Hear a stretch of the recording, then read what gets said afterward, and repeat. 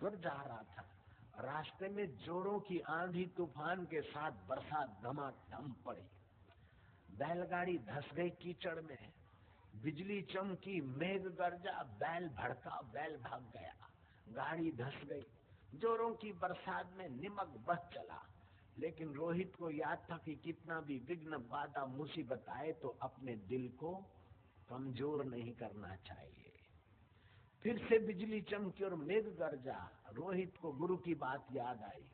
रोहित बोलता है कि ए बिजली तू किसको चौंका रही, ए मेघ तू किसको डराता है?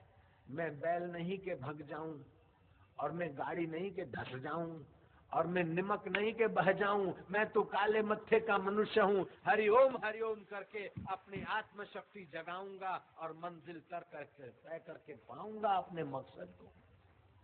मैं छुई मुई का पौधा नहीं जो छूने से मुरझा जाता है, मैं वो माई का लाल नहीं जो हवा से डर जाता है। हरिओम हरिओम, बोलो हरिओम हरिओम हरिओम हरिओम। शक्ति, भक्ति और मुक्ति। जो बच्चे पेपर आते ना, पास कैसे हो, पेपर आए तो इम्तिहान में कैसे पास हो, बताऊं मैं तुमको? ध्यान से सुनोगे? प्राइवेट बात है, बता दूं तुमको। जिन दिन परीक्षाएं आने वाली है, उन रातों को देर रात तक झोंके खाते खाते नहीं पढ़ना चाहिए, जल्दी सो जाना चाहिए और सुबह एकदम जल्दी उठना चाहिए एक बार। फिर जो पढ़ना है उसको पढ़ के 1-2 मिनट शांत होके थोड़ा याद रखें। और जब पेपर लिखना हो, पेपर पढ़ लिया,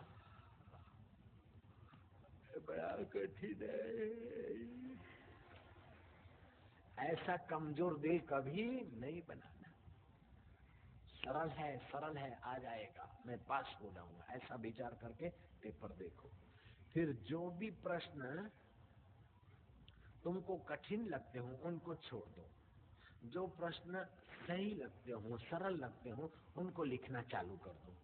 जब सही प्रश्नों का उत्तर लिख दोगे, बाद में कठिन प्रश्न आएंगे तो समझना कि अब ये कठिन कैसे। मेरा ज्ञान स्वरूप मेरा परमात्मा मेरे साथ है, ये मेरे को दीक्षा है। हरि ओम शांति। ओम सरस्वती नमः। ओम नमः शिवाय। ओम सरस्वती नमः।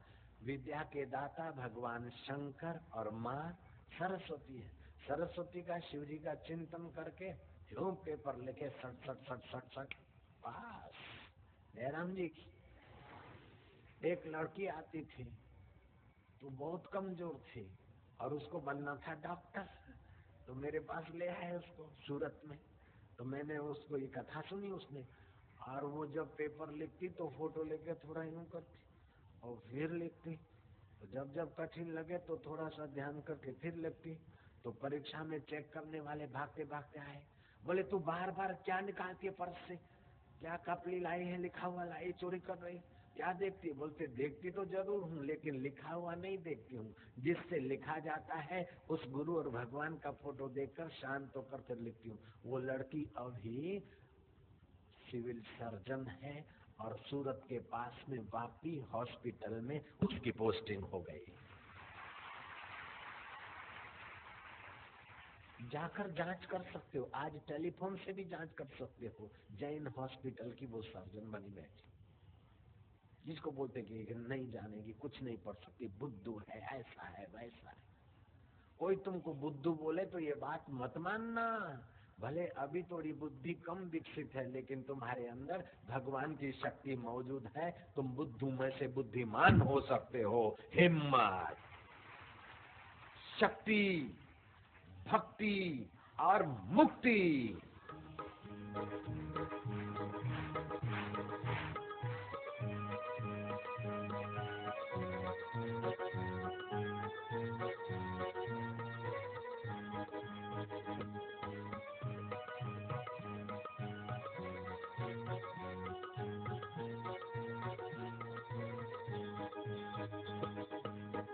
राम राम मेरे राम राम राम। हरि ओम ओम ओम मेरा बोले रोम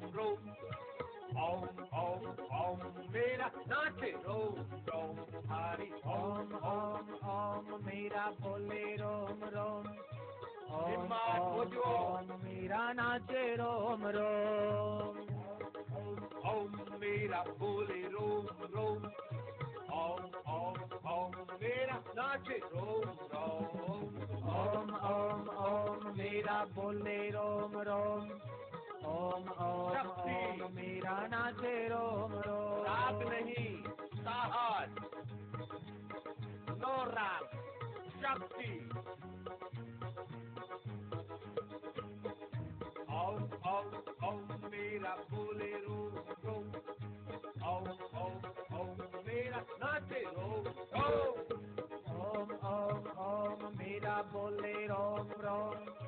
ओम ओम ओम मीरा नाचे रोम रोम। शक्ति, भक्ति और मुक्ति, हिम्मत।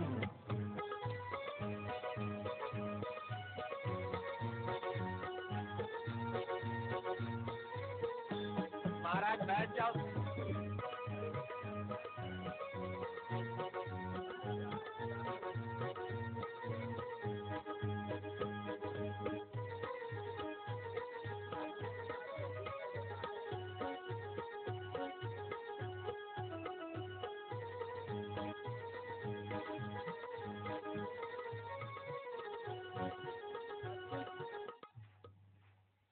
महाराज बैठ जाओ। बच्चों का ध्यान उधर होता है। Work while you work, play while you play. जिस समय नाचना है उस समय नाचो। अभी बच्चों की कथा है, संयम रख के बैठो। संयम खोने का नाम सत्संग नहीं होता है। अभी नहीं नाचोगे आज। अगर नाचना है तो फिर अपनी कुटिया में जाओ। हरि ओम हरि ओम हरि ओम हरि ओम। इधर देखो। पीछे मुड़ के तुमने बोला हम नहीं देखेंगे, गलती हो गई ना। दोबारा नहीं करोगे, पक्की बात। रखो मुझ पे हाथ। हरि ओम हरि ओम। बड़ी मुश्किल से तो आपके आचार्य और शिक्षकों की कृपा हुई कि आप लोग यहाँ पहुंचे। और सत्संग के मौके इधर झांकना उधर झांकना। अपन बंदर ब्रांड थोड़े हैं, मंकी ब्रांड थोड़े हो तुम तो मनुष्य ब्रांड हो ना। जयराम जी की इधर देखो। आज की पढ़ाई का देखो क्या हाल हो रहा है। इधर देखो। सावधान। ऐसा कोई मूर्ख बच्चा है जो पीछे देखना चाहता है? नहीं, सब अच्छे बच्चे हैं। ऐसी कोई मूर्ख बच्ची है क्या जो पीछे देखना चाहती है? नहीं, अच्छी बच्चियां हैं। अच्छी है, बहुत अच्छी है। और भी अच्छी तेजस्वी बनेंगी। तो वो सत्संग सुना दूं तुमको सुलभा का, और तुमको सुनोगे? उसके पहले मैं अकबर की बात बताता हूँ। कई मुसलमान बहनें और मुसलमान भाई भी खूब कथा सत्संग में आते, ध्यान से सुनेंगे। अकबर 14 वर्ष का था तब से उसने राजगद्दी संभाला। 19 साल में तो कमांड आ गई उसकी। सम्राट अशोक 20 साल के थे और कुशल राजनेता बने, धर्मात्मा राजा बने। सम्राट अशोक। एक बार अशोक का जन्मदिन मनाया जा रहा था। सामने से एक साधु दिखाई दिया।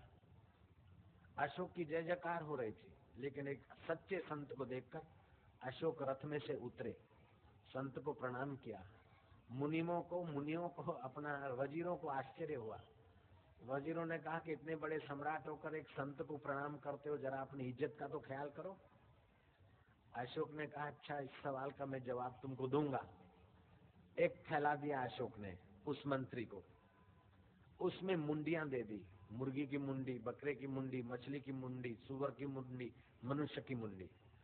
बोले मुंडियां बेच के आओ। सारी मुंडियां बिक गई, लेकिन मनुष्य की खोपड़ी बिकी नहीं। मंत्री वापस आया, बोले ये एक मुंडी नहीं बिकती और सारी मुंडियां बिक जाती। अशोक ने कहा जो मुंडी श्वास निकलने के बाद किसी काम की नहीं रहती, वो मुंडी अगर भगवान के नाते किसी संत के आगे मैंने झुकाई तो मैंने गलती क्या किया।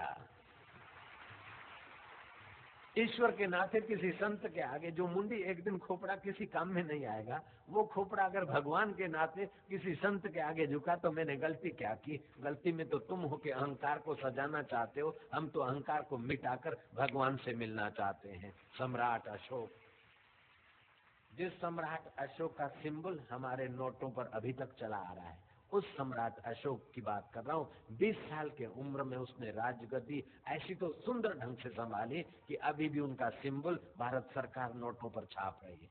जयराम जी तो बोलना पड़ेगा। शिवाजी महाराज 19 साल में तोरण का किला जीतकर विजयी बने थे, 19 साल की उम्र में। अभी तुम्हारी उम्र तो बड़ी नहीं है, तुम भी 19 साल की उम्र तक बहुत कुछ कर सकते हो। और सुलभा ने 16 वर्ष की उम्र में दीक्षा ले ली थी। 6 महीने के अंदर योगिक शक्तियों का अनुभव किया सुलभा ने। सुलभा का काम राम में बदलता चला गया, क्रोध क्षमा में बदलता चला गया, भय निर्भयता में बदलता चला गया, और विषाद और दुख सुख और शांति आनंद और माधुरी में बदलता चला गया। सुलभा ने कहा, राजा जनक, मेरे गुरु ने कहा कि तेरे पास से रिद्धि सिद्धियां आए तभी भी उसमें फंसना मत, अभी आत्मा का अनुभव करना। गुरु ने मेरे को तत्व ज्ञान का उपदेश दिया और 1.5 साल के अंदर मैंने ये तत्व ज्ञान पाकर जीवन मुक्ति का अनुभव किया है। मरने के बाद भगवान के दीदार होंगे ये बात नहीं, जीते जी मेरा आत्मा ब्रह्म रूप है, ऐसा मैंने साक्षात्कार कर लिया। राजन, मैं तुमसे इसलिए सवाल पूछने आई हूं कि मुझे तो 2 साल एकांत मिला, मुझे तो गुरु की दीक्षा मिली, मैंने तो योग अभ्यास किया, मैंने तो नमक बिना का थोड़ा कम नमक वाला भोजन किया, प्राणायाम किए, जप किया, ध्यान किया, कुछ समय मौन रही, तभी मेरी शक्तियों का विकास हुआ। लेकिन जनक, तुमने तो घोड़े के रकाब में पैर डालते डालते परमात्मा का दीदार कर दिया, ऐसी बात सुनाई पड़ती है। इसलिए मेरा सवाल है कि तुमको चुटकी भर में परमात्मा मिल गया तो दूसरों को क्यों नहीं मिलता है? जय राम जी। अगर घोड़े के रकाब में पैर डाल के ईश्वर की प्राप्ति हो सकती इतनी चुटकी भर देर में, तो फिर इतने सारे शास्त्र, इतने नियम, प्राणायाम, जप, ध्यान, संयम, साधन की क्या जरूरत है? मैं ये सवाल पूछने आया हूँ, शास्त्रार्थ करने आया। जनक बोलता है कि देखो सुलभा, जनक किसको बोल रहा है? मिथिला का सम्राट, एक छत्र सम्राट, वो सुलभा के सवाल पर प्रसन्न होता है और हृदय की सच्चाई रखकर जवाब देता है कि हम अगले जन्म में गुरु के आश्रम में साधना करते थे। मेरा छोटा गुरु भाई था, उसकी हमने मजाक उड़ाई और उसकी टाल पर हमने टकोरे मारे। इतने में गुरुदेव आ गए नदी किनारे, और छोटे विद्यार्थियों का बड़ा विद्यार्थी अपमान करता है, ये बात को जानकर गुरु जी जरा नाराज हुए। गुरु ने श्राप दे दिया कि तुम कितनी भी साधना करोगे, तुमको परमात्मा का दर्शन तभी होगा, ब्रह्म ज्ञान तभी होगा जब ये छोटा विद्यार्थी ब्रह्म साक्षात्कार करेगा और यही तुम पर कृपा करेगा, तभी तुम्हें परमात्मा का दीदार होगा। इस सृष्टि में उम्र से भले कोई छोटा बड़ा होता हो, लेकिन तत्व से तो सब में वही बड़ों का बड़ा परमात्मा बैठा है। इसलिए किसी छोटे का अनादर न करो। जयराम जी की क्या पता आज का छोटा विद्यार्थी कल का नेता बन जाए और नेताओं का गुरु बन जाए और गुरुओं का गुरु ब्रह्मवेता महापुरुष साक्षात्कारी पुरुष बन जाए, विश्व गुरु बन जाए। इन नन्हे मुन्ने बच्चों में से तो होते हैं। हम भी तो तुम्हारे जैसे नन्हे मुन्ने थे। जयराम जी बोलना पड़ेगा। अभी देखो बाबू, शक्ति, भक्ति और मुक्ति।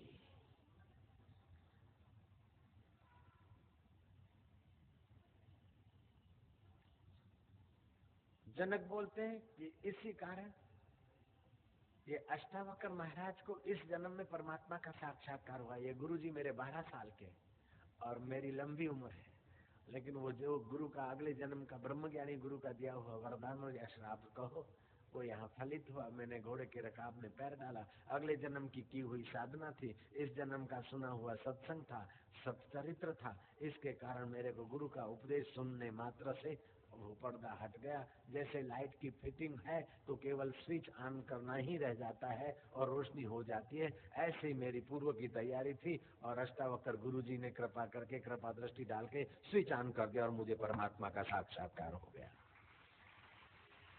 सुलभा ने कहा साधु साधु साधु, मतलब धन्यवाद धन्यवाद।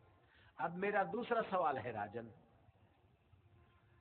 आपको भगवान का रस मिल गया, परमात्मा का साक्षात्कार हो गया, तो जिसको भगवान का अनुभव हो गया उसको भगवान के रस से बढ़कर दुनिया में त्रिलोकी में और कोई ऐसा रस नहीं।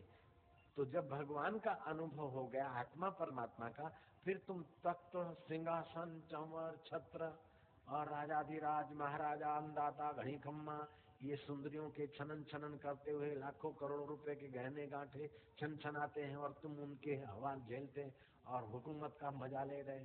तो अंदर के मजे से क्या आपकी बाहर की हुकूमत का मजा ज्यादा दिख रहा है तुमको? भारत की कन्या की अक्कल कितनी सूक्ष्म है, ऐसा नहीं? दिल के टुकड़े हजार, कोई यहाँ गिरा कोई वहाँ गिरा, गाना गाती जाती रोटी करती जाती है, उसके हाथ की रोटी खाएगा उसकी खोपड़ी के भी तो टुकड़े हजार हो जाएंगे, मन कहीं का कहीं भागता रहेगा। जो रेडियो के क्लेश युक्त वार्ताएं सुनते सुनते अथवा टीवी के चरित्रहीन दृश्य देखते देखते रसोई बनाते या बहे इधर उधर का कचरा भरते हैं, उनके घर में अशांति बिना बुलाए आती। टीवी कभी देखो लेकिन चरित्र बढ़ाने वाला प्रसंग देखो। गंदे गंदे दृश्य माँ बाप को भी नहीं देखने चाहिए और बच्चों से भी उनको ऐसे दृश्यों से बचाव करना चाहिए। जयराम जी की। केवल आशाराम बापू का काम या समिति वालों का काम या शिक्षक बंधुओं का या शिक्षक का बहनों का काम नहीं है, माँ बापों का भी काम है कि बच्चों को श्रेष्ठ संस्कार दे, सदाचारी होने के संस्कार दे, साहसी और स्नेहपूर्ण व्यवहार करने के संस्कार दे। सुलभा के दूसरे सवाल से जनक ने कहा कि देख सुलभा, मेरे को गुरुजी ने आत्म सुख का अनुभव करा दिया है, अब मैं एकांत में जाकर अकेला आत्म सुख लूंगा, लेकिन ये परंपरागत तो मुझे जो राज्य प्राप्त हुआ है, अच्छे आदमी अगर राज्य सत्ता छोड़ देंगे तो फिर गलत आदमियों के हाथ में स्टेरिंग आ जाएगा। इसलिए गुरु ने आज्ञा किया कि तुम राज्य तो करो, और राज्य की ये यूनिफॉर्म है छत्र चंवर और ये सब जो है ये राज्य की यूनिफॉर्म है, उस राज्य की यूनिफॉर्म का मैं उपयोग करता हूँ, अहंकार बढ़ाकर उपभोग नहीं करता हूँ। इसी कारण मेरे राज्य में बड़े बड़े संत हैं, बड़े बड़े जोगी हैं, बड़े बड़े तपस्वी हैं, उनका मैं आदर करता हूँ और दुष्ट चोरों से, डाकुओं से और दुष्ट अमलदारों से प्रजा की सेवा करना, रक्षा करना राज्य का कर्तव्य है। मैं अपना कर्तव्य निभाता हूँ, अच्छे अमलदारों का प्रमोशन करता हूँ और दुष्टों को दंडित करता हूँ, इसलिए मेरा राज्य भी अच्छा चलता है और मेरा दिल भी अच्छी खुशी की अनुभूति करता है। हरि ओम हरि ओम हरि ओम हरि ओम हरि ओम। ताली बजाओ तो अक्कल से और बंद करो तभी अक्कल से। कब बजाना कब बंद करना, इसमें ऊपरी मंजिल का उपयोग करना चाहिए। नारायण हरि नारायण हरि। मैं एक तुमको बढ़िया कथा सुना दूं, पक्की बात है, याद रखोगे?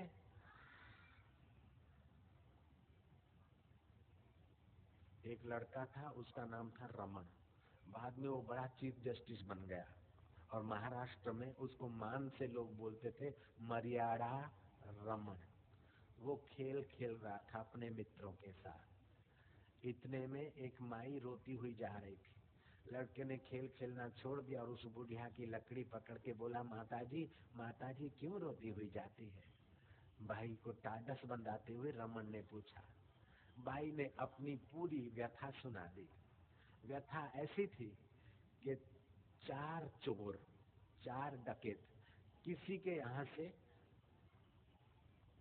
ज्वेलरी, गहने गांठे हीरे मोती की बैग, छोटी सी सूटकेस उठा के आए थे और उस बुढ़िया के पास रखा था और उन 4 डकैतों ने कहा कि हम जब तक 4 मिलकर ना आए तब तक नहीं देना।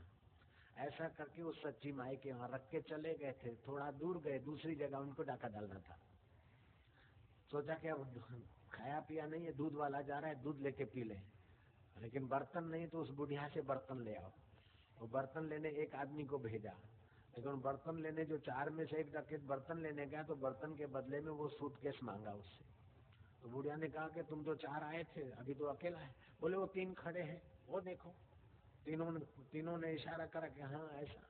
वो समझे बर्तन और इसने ले ली सूटकेस, लेके पीछे के रास्ते से छू हो गया। उन 4 डकैतों ने खानदानी वेश पहना था। डकैतों के ललाट पे तो लिखा हुआ नहीं होता कि हम डकैत। जैसे चैन काटने वाली माइयां, कल कोई कहीं से आई, कोई लखनऊ से, कोई कहीं इलाहाबाद से, हम सत्संग सुनने आई। सत्संग सुनने नहीं आई, चैन हड़प करने को आई थी भांजी जयराम जी की। हम पुलिस को धन्यवाद देते हैं कि सूक्ष्मता रखकर पकड़ा है, उनको सबको हम धन्यवाद देते हैं। तो महाराज बात थी, वो राजा के पास चले गए 4 डकैत। बोले हमारी सूटकेस रखी थी, उसमें लाख रुपए का सामान था और हमने कहा हम 4 मिलकर आए तब देना, लेकिन एक लेकर चला गया है, तो हमारे 75,000 3 आदमियों के इस माई से हमको वसूल करके दो। माई से बात पूछी, माई ने कहा बात तो ऐसा था, 4 मिलकर आए ऐसा बोला था, लेकिन क्या करूं, मैं तो अनपढ़ धैर्य, मेरी गलती हो गई, राजा साहब माफ करो। राजा ने कहा नहीं, तू अपना मकान और खेत बेचकर इनको 75,000 रुपए दे दे, मैं इसलिए रो रही हूँ। उस लड़के ने कहा, रमन ने, कि तेरा भाग्य नहीं फूटा है, राजा की अकल फूटी है जयराम जी की। राजा ने न्याय नहीं किया, शब्दों को पकड़ा है, शब्दों के पीछे गरीब की भलाई को नहीं पकड़ा है उसने। दुष्टों को दंड देना और सज्जनों की सुरक्षा करना कायदे की व्यवस्था इसलिए होती है। कायदा अंधा होता है, आंख तो कायदे का उपयोग करने वाले की होती है। इतने में राजा जा रहा था घोड़े पर घूमने के लिए शाम को। राजा ने सारी बात सुनी। राजा ने कहा अगर तू न्याय करता तो? बोले मैं ऐसा न्याय नहीं करता। राजा ने कहा मैं राजा हूँ, अब पहचान ले, कल मेरे पास आना। रमन को बुलाया। रमन पढ़ता था उस समय 8वीं 9वीं क्लास, 8वीं पास करके 9वीं में था, मतलब 14 साल का रमन। जयराम जी तो बोलना पड़ेगा। रमन को राजगद्दी पे बिठाया गया और माई का केस रमन के हाथ में दे दिया। वो 3 डकैत आ गए। रमन ने पूछा कि तुम्हारी बैग में कितने का सामान था? बोले 1 लाख रुपए का। तो तुमने माई के पास रखा था, सच्ची बात है? बोले हाँ। बच्ची को बिठा दो, कथा में से जो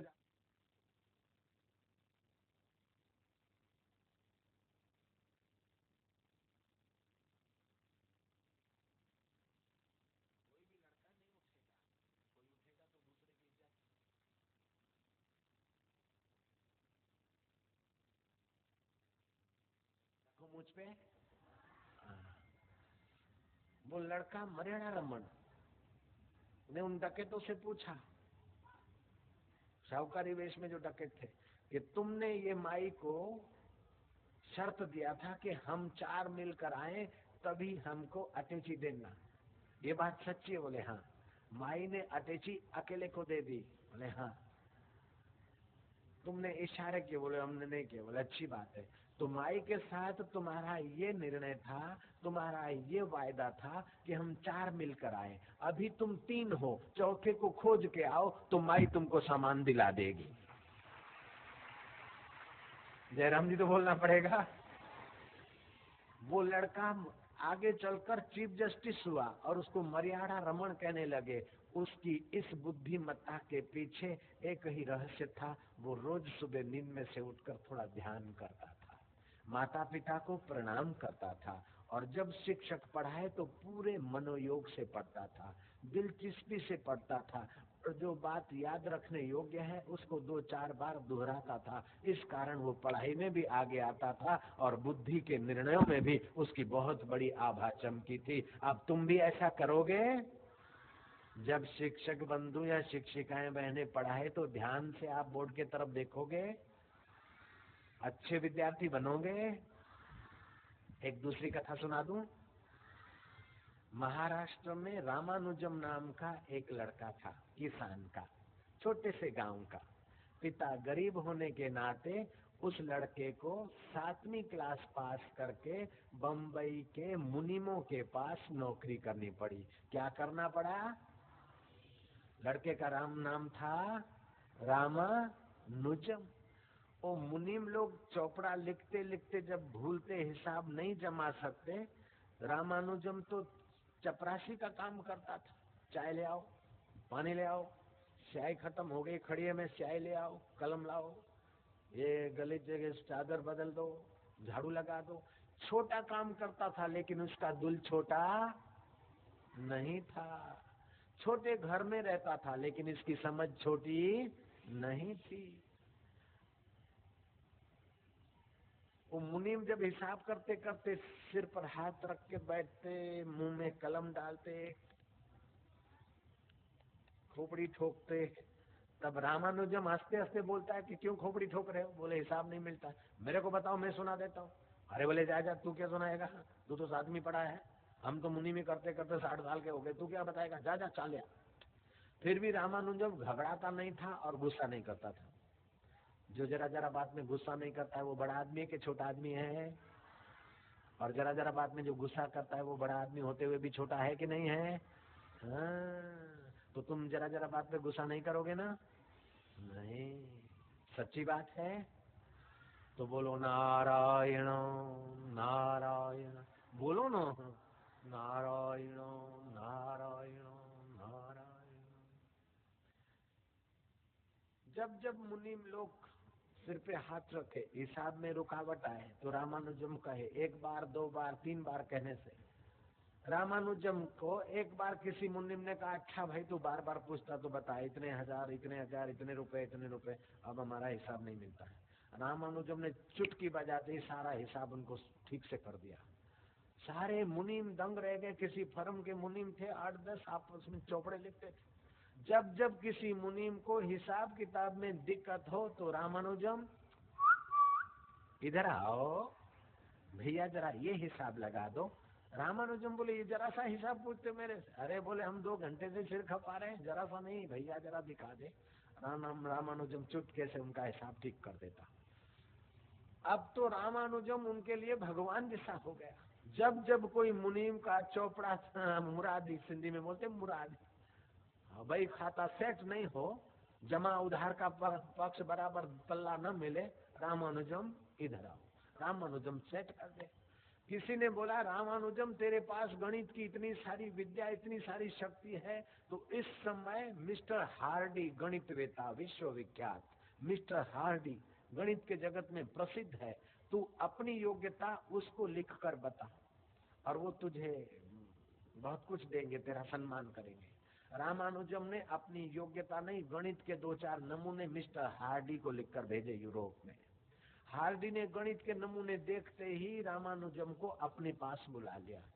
भारत की 7वीं क्लास पास लड़का, 13 साल का बच्चा, और विश्वविख्यात हार्डी के आगे ऐसे प्रश्नों का उत्तर देता है कि हार्डी उसके आगे सिर झुकाते हैं। ये भारतवासी बच्चों के ध्यान की महिमा है।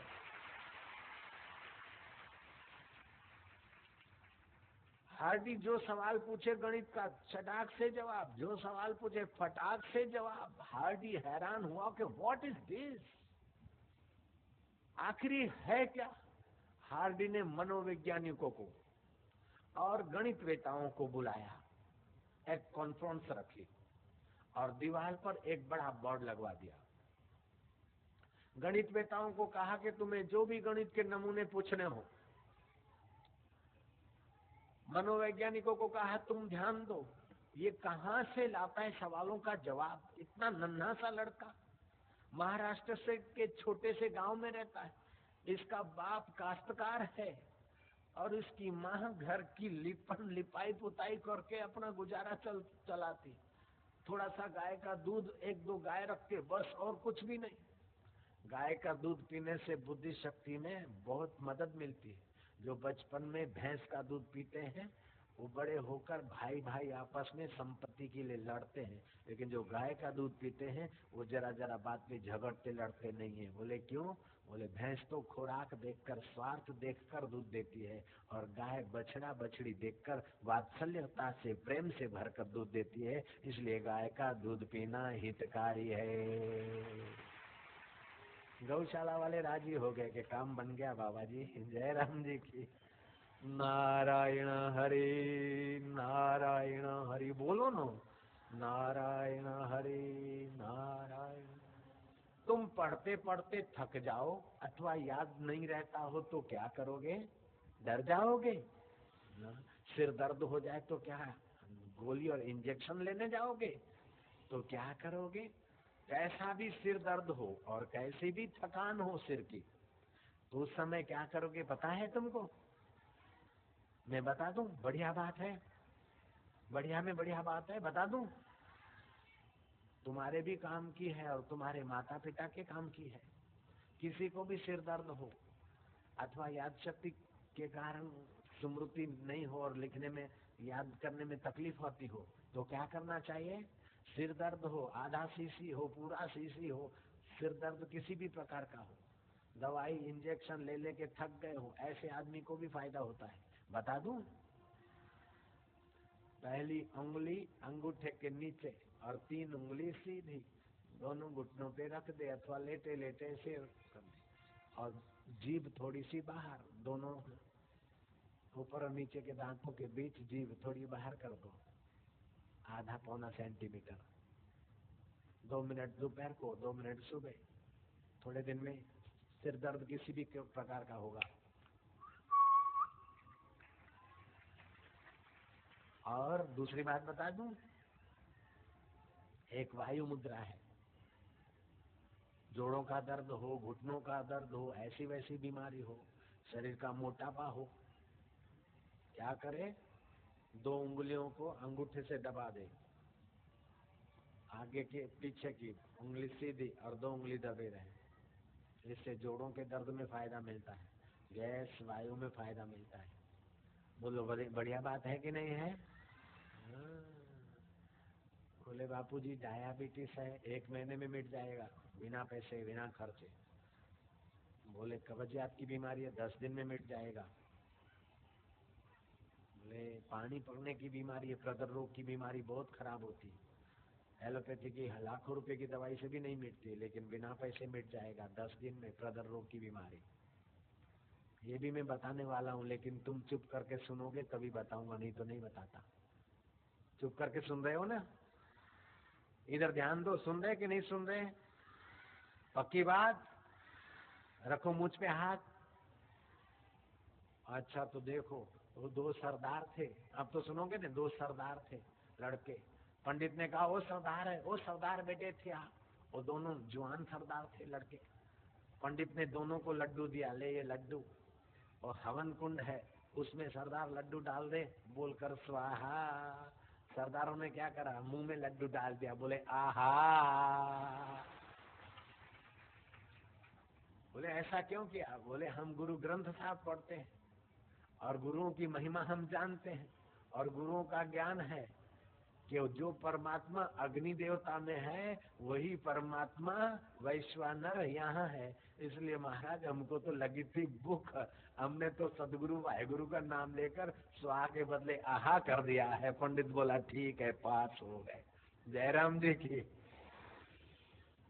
अच्छा लगता है तुमको? लेकिन हर समय स्वाहा का माल मुंह में आहा मत करना। नारायण हरि बोलो, नारायण नारायण। रामानुजम को मनोवैज्ञानिकों के आगे और गणितवेताओं के आगे खड़ा कर दिया गया। एक से एक गणित के सवाल पूछ रहे हैं गणितवेता, और रामानुजम कंप्यूटर में जैसे कोई खजाना छुपा है फटाक से जवाब दे रहे हैं। मनोवैज्ञानिक देखते ही रह गए और गणितवेता तो मुंह में उंगली डाल गए।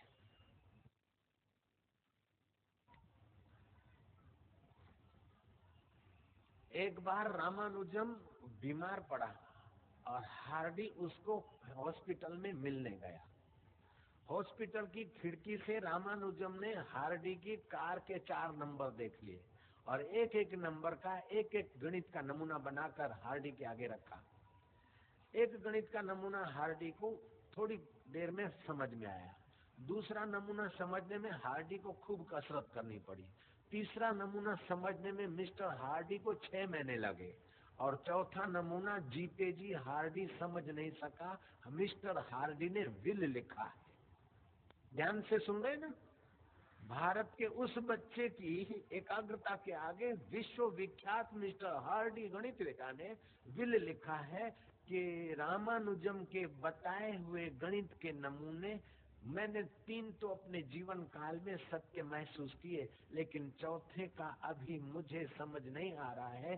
तो मेरे पीछे होनहार गणितवेता ध्यान से इसका अनुसंधान करेंगे, क्योंकि मिस्टर रामानुजम का है ये सत्य होगा। मुझे समझ में नहीं आता तो कोई बात नहीं, लेकिन रामानुजम का है इसलिए ये सत्य होगा। और वो सत्य 12 साल के बाद वास्तव में लोगों को समझ में आ गया। ऐसी गणित विद्या भारत के महाराष्ट्र के छोटे से गांव में रहने वाले रामानुजम के पास कहां से आई, बता दूं?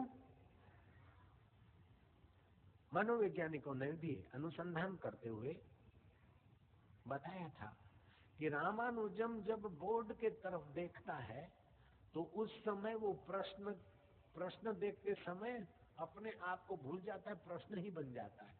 और प्रश्न देखते समय उसकी आंख की पुतली इधर उधर नहीं हिलती। बोर्ड पर जो शिक्षक लिखता है अथवा जो प्रश्नकर्ता लिखता है उसको ऐसे पढ़ता है मानो प्रश्न को वो पी रहा है। और प्रश्न का पूर्ण विराम आते आते रामानुजम की आंखों की पुतली ऊपर को चढ़ जाती है, जहाँ योगी बोलते तीसरा नेत्र, ज्ञान शक्ति का भंडार। रामानुजम की आंखों की पुतली ऊपर चढ़ जाती है और फिर रामानुजम फटफटाक बोल देता है और सच्चा निकलता है। रामानुजम का पिता बचपन में रामानुजम को किसी सतगुरु के पास ले गया था।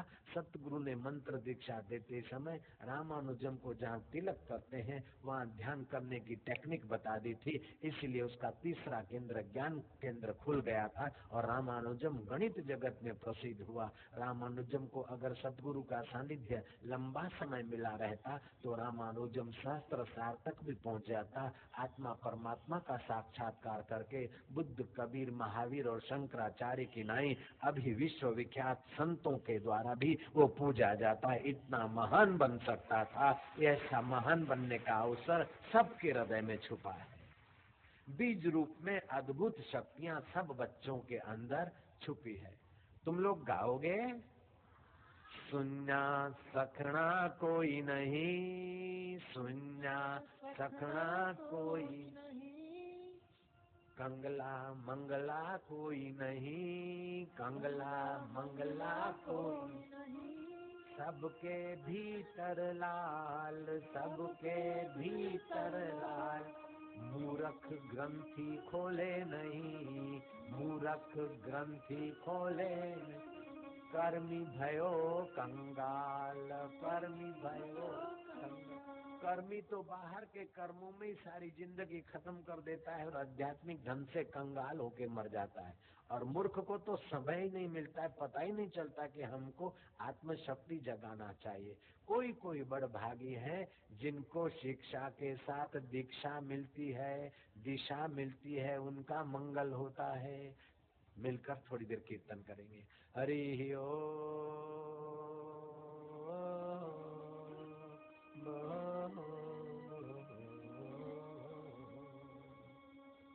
भयनाशन दुर्मति हरण, भयनाशन कली में हरि को नाम, कली में हरि को निश दिन नानक जो जपे, निश दिन सफल हो वही सब काम, सफल हो वही सब काम। रणजीत सिंह 20 साल में लाहौर पर विजयी हुए थे, पता है? रणजीत जब 12 साल का था खेल रहा था, उसका बाप ज्वेलर है, जवेरी से हीरे देख रहा था। रंजीत ने उठाकर एक हीरा कहा कि पिताजी इस हीरे की अंगूठी बनाकर मैं पहनूंगा तो अच्छी लगती थी। पिता ने कहा अच्छी, मेरा बेटा साधारण हीरा क्यों पहनेगा। जौहरी ने कहा कि ये लाख रुपए का हीरा है, क्या तुम्हारा बेटा कोहिनूर पहनेगा। रणजीत सिंह के बाप ने कहा क्यों नहीं, मेरा बेटा रणजीत है। पीठ ठोक दी, बेटा कोहिनूर पहनेगा कि नहीं पहनेगा। बोले हाँ पिताजी मैं तो कोहिनूर पहनूंगा। ज्वेलर जवेरी चकित हो गया, बोले कोहिनूर अफगानिस्तान में है राजा। बोले कोई बात नहीं, मेरे बेटे में अभी मैं हिम्मत डाल देता हूँ। रोज पीठ ठोकते थे रणजीत सिंह के बाप, क्यों बेटा तू कोहिनूर पहनेगा। बोले आओ आओ बादशाह तू कोहिनूर पहनेगा कि हाँ पिताजी। और ये हिम्मत के संस्कार रणजीत के सूक्ष्म शरीर में बने रहे। रणजीत सिंह बड़ा हुआ और अफगानिस्तान में युद्ध खेला और कोहिनूर लाकर पहन के दिखा दिया, बच्चों में ये शक्ति छुपी है, उनको डराकर कमजोर मत करना, उनको उनका हौसला बुलंद रखना। जयराम जी की। राजा रणजीत सिंह 20 साल की उम्र में लाहौर पर विजयी हुआ था और सिकंदर 20 साल में विश्व विजयी होने के लिए निकल पड़ा था। लेकिन विश्व विजयी होने के साथ साथ अगर आत्म विजय करने का कोई सद्गुरु मार्ग बताते तो विश्व के लोगों के आंसू बहाकर अहंकार नहीं सजाता, लेकिन विश्व के लोगों के आंसू पोंछकर अहंकार को भगवान में मिलाकर परमात्मा का साक्षात्कार भी कर सकता था अगर सत्संग मिलता सिकंदर को। और तो क्या बताएं महाराज, मिस्टर गेटे जर्मनी का कवि 14 साल की उम्र में मिस्टर गेटे ने जीसस पर पुस्तक लिखी और विख्यात हुआ। कबीर और तुकाराम कलम और पेन स्याही और चोपड़ा छुए नहीं और ऐसे ऐसे अभंग लिखे। तुकाराम महाराज ने ऐसे ऐसे अभंग बोले कि एमए के विद्यार्थियों के पाठ्य पुस्तक में महाराष्ट्र ने रखे थे। और कबीर जी पर पीएचडी हो रहे हैं लोग। ये स्मृति शक्ति का जादू क्या है? ये कोई छू मंत्र नहीं है अथवा किसी का आशीर्वाद देने का चमत्कार नहीं है। इसके पीछे केवल 3 बातें हैं। एक तो दृढ़ रुचि, दूसरी सावधानी और तीसरा मनोयोग। विद्यार्थी के जीवन में दृढ़ रुचि पैदा कर दो, मनोयोग पैदा कर दो और सावधानी पैदा कर दो। हम सुनते हैं, मास्टर पढ़ाते लेकिन अनसुना करके सुनते हैं। 5-7% हमारा ध्यान होता है, 95% हमारा मन इधर उधर भटकता बंदर किनारे। इसलिए मास्टर भी थक जाते और विद्यार्थी भी थक जाते और पेट पालू विद्यार्थी पैदा होते हैं। जयराम जी की। पेट पालू विद्यार्थी पैदा करने की जरूरत नहीं है भारत को तो पेट भरने वाले के साथ साथ दिल को दिलभर के ज्ञान और सामर्थ्य से भरे ऐसे विद्यार्थियों की अभी भारत को जरूरत है और विश्व को भारत के ऐसे महापुरुषों की जरूरत है। हरि ओम हरि ओम। जरा जरा बात में डरना है नहीं और ध्यान से पढ़ना है, नहीं पढ़ना है। हाँ, ध्यान से पेपर लिखना है तो सुबह उठकर भगवान का थोड़ा ध्यान करना चाहिए। ठीक है, अब मैं एक श्लोक बोलता हूँ जिससे आयु, विद्या, बल और यश बढ़ता है। क्या क्या बढ़ता है? आयु, विद्या, यश और बल। तुम बोलोगे? अच्छा, और सब लोग बोल सकते हैं। अभिवादनशीलस्य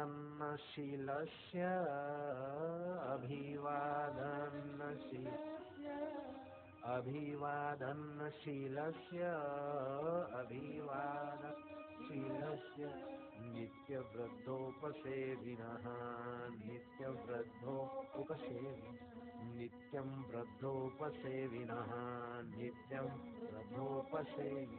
चत्वारि तस्य वर्धन्ते आयुर्विद्या यशो बलम्। जो नित्य माता पिता गुरुजनों को और भगवान को प्रणाम करता है, ये तुम कर सकते हो?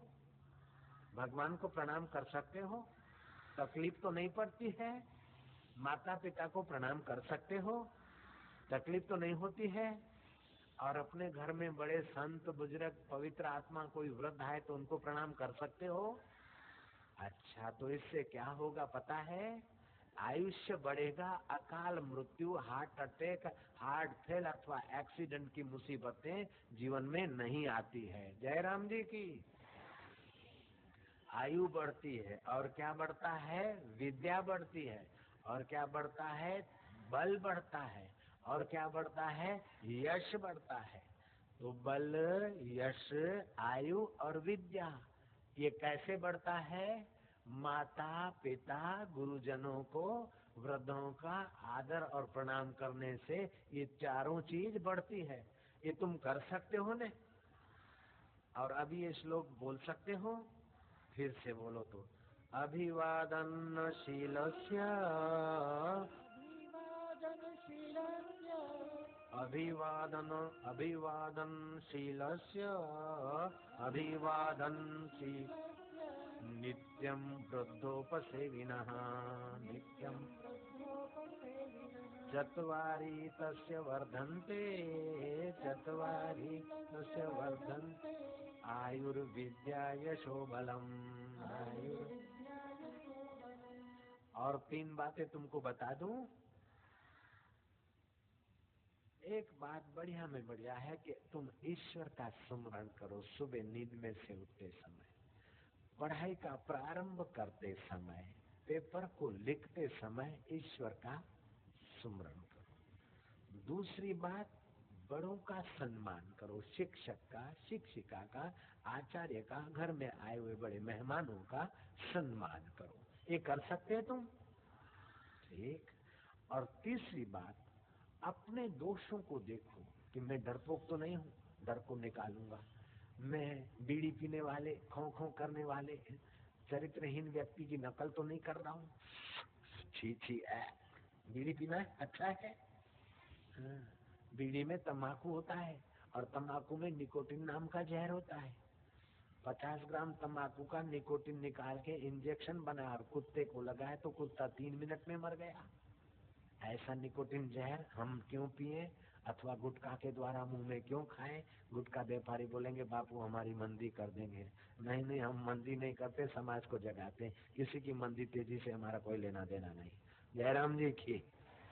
नारायण हरि नारायण, बोलो ना, नारायण हरि। तो गुटखा खाना चाहिए, बीड़ी पीना चाहिए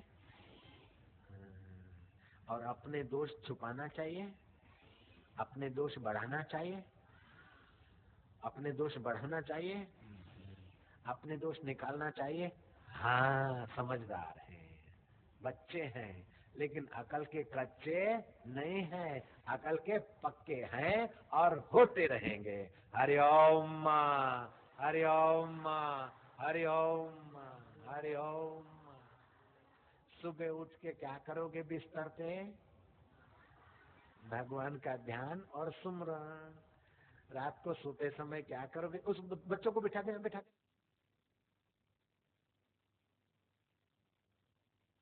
तो रात को सोते समय क्या करोगे? सुमरन करेंगे। सुबह दातुन करके फिर क्या करोगे? क्या खाओगे? 5 तुलसी के पत्ते ऐसे ही निगल जाओगे कि चबाओगे? चबा के फिर मुंह में घुमाओगे कि ऐसे ले जाओगे? मुंह में घुमाने से दांतों की तकलीफ बढ़ेगी कि घटेगी? नहीं होगी। दांतों की तकलीफ नहीं होगी ना, दांत अच्छे होंगे ना। अच्छा, फिर पानी पियोगे तो याद शक्ति बढ़ेगी ना। हाँ, कैंसर की बीमारी होगी क्या? नहीं। जलंधर भगंदर की बीमारी होगी क्या? और याद शक्ति बढ़ेगी। और किसी को कैंसर की बीमारी हो तो क्या करोगे? 10 ग्राम तुलसी का रस और 10 ग्राम शहद, नहीं तो 10 ग्राम तुलसी का रस और 50 ग्राम ताजा दही, खट्टा न हो, उसको सुबह दोपहर शाम को या तो शहद से या तो दही से दो। कैंसर भी भाग जाएगा और कैंसर का बाप भी भाग जाएगा, ऐसे ही ठीक हो जाएगा। अभी तो खास बात बताना बाकी है। कौन सी? 10 दिन में पेट की खराबियां, 10 दिन में प्रदर रोग की बीमारियां, 1 महीने में डायबिटीज, 3 महीने में दम्मा और टीबी, और 5-6 महीने में सांधे के जोड़ों के दर्दों की सब बीमारियां छू, और 1 महीने में मोटापे की तकलीफ कंट्रोल, और सिर्फ शरीर पर बुढ़ापे की झुर्रियां और बुढ़ापे की कमजोरी 2 महीने में। समझ गए? वो बात बताने वाला हूँ, 1 पैसा भी खर्चा नहीं, और फायदा बिल्कुल सबको हो सकता है। भांजे, चाहे मुसलमान बहने, मुसलमान भाई, चाहे हिंदू भाई, अथवा देसी या परदेसी, कोई भी करे, सबको फायदा होता है। ऐसी बात मैं बताने वाला हूँ। बोलो, बता दूंगा। आज बताऊं, कल बताऊं, कल नहीं बताऊं, कल नहीं आऊं मैं, कल इधर आऊं? अच्छी बात है। तो मैं कल भी इधर आऊं, आप चाहते हैं तो तुम भी आओ, मैं भी चाहता हूं। आओगे? कल छुट्टी का दिन है, विद्यार्थी आओगे? अपने माँ बाप को लाओगे? वो तो अभी भी बैठे होंगे कुछ तो, और बाकी नहीं आए तो उनको लाओगे? पक्की बात? रखो मुझ पे हाथ। हरि ओम, हरि ओम, हरि ओम, हरि ओम, हरि ओम, हरि ओम। कदम अपने आगे बढ़ाता चला जा, कदम अपने आगे बढ़ाता चला जा। तेरे मार्ग में वीर कांटे बड़े हों, तेरे मार्ग में वीर कांटे बड़े हों। लिए तीर हाथों में विघ्न खड़े हों, तेरे मार्ग में वीर कांटे बड़े हों, तेरे मार्ग में वीर कांटे बड़े हों। लिए तीर हाथों में वैरी खड़े हों, लिए तीर हाथों में वैरी खड़े हों। बहादुर सबको हटाता चला जा, बहादुर सबको हटाता चला जा, बहादुर सबको मिटाता चला जा, बहादुर सबको मिटाता चला जा। कदम अपने आगे बढ़ाता चला जा, कदम अपने आगे बढ़ाता चला जा। तू है आर्यवंशी ऋषि कुल का बालक,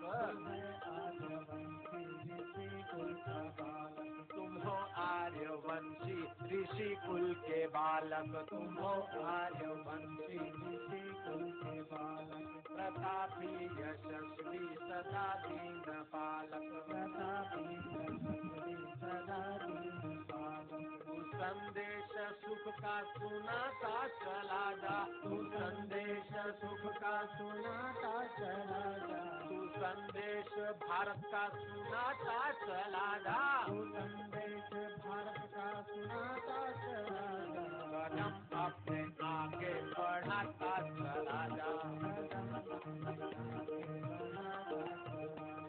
भले आज तूफान उठ करके आए, भले आज तूफान उठ करके आए, बला पर चली आ रही हो बलाएं, बला पर चली आ रही हो बलाएं। भले आज तूफान उठ करके आए, भले आज तूफान उठ करके आए, भले आज तूफान उठ करके आए, भले आज तूफान उठ करके आए। बला पर चली आ रही हो बलाएं, बला पर चली आ रही हो बलाएं। युवा वीर है धंधनाता चला जा, युवा वीर है धंधनाता चला जा। भारत का वीर है धंधनाता चला जा, भारत का वीर है धंधनाता चला जा। हरिओम हरिओम गाता चला जा, हरिओम हरिओम गाता चला जा। कदम अपने आगे बढ़ाता चला जा, कदम अपने आगे बढ़ाता चला जा, कदम अपने आगे बढ़ाता चला जा, कदम अपने आगे बढ़ा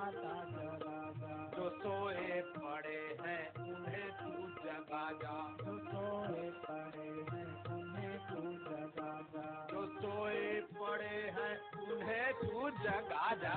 सोए पड़े हैं उन्हें तू जगा जा। जो बिछड़े हुए हैं उन्हें तू मिला जा।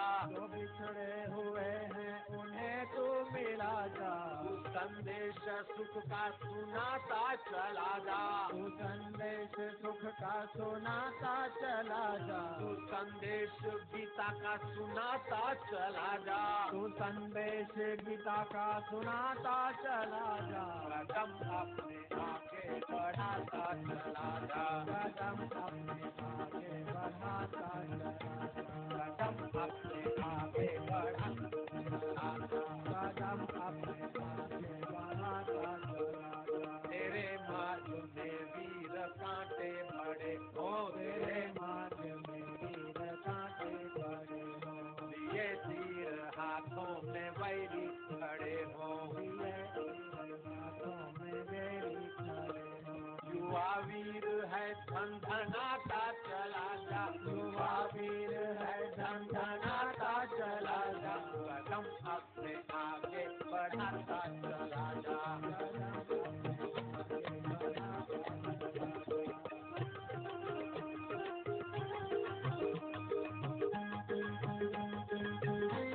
शक्ति,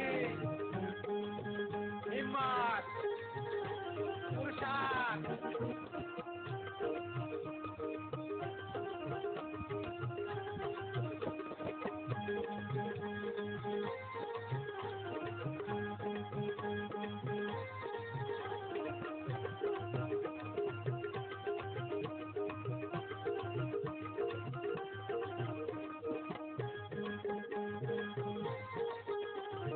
कदम अपने आगे बढ़ाता चला जा।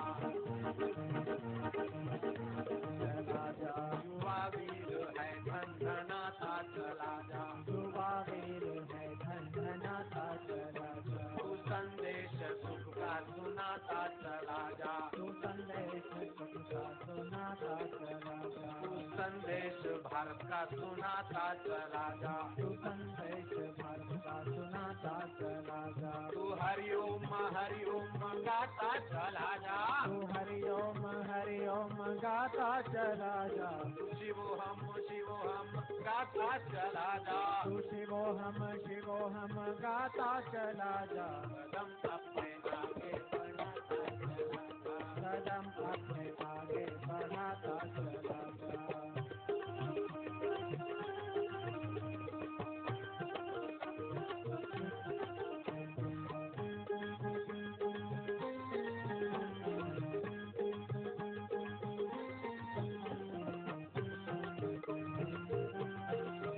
हरिओम हरिओम हरिओम हरिओम भोजू। ओम हरिओम हरिओम शक्ति, भक्ति भक्ति और मुक्ति। अब एक छोटी सी बढ़िया कथा है, बोलो तो सुनाऊं, बोलो तो तुमको छुट्टी दे दूं। घर जाना है, कथा सुनना है, मजा आता है, शक्ति आती है, भक्ति बढ़ती है, हिम्मत हो रही है, पुण्य बढ़ रहे हैं, भाग्य बढ़िया होगा। बोलो कितने भाग्यशाली बच्चे हैं। इन बच्चों के माँ बापों को होता होगा कि इस उम्र में अगर हमको ऐसा सत्संग मिला होता तो आज जहाँ है उससे बहुत ऊंचे होते।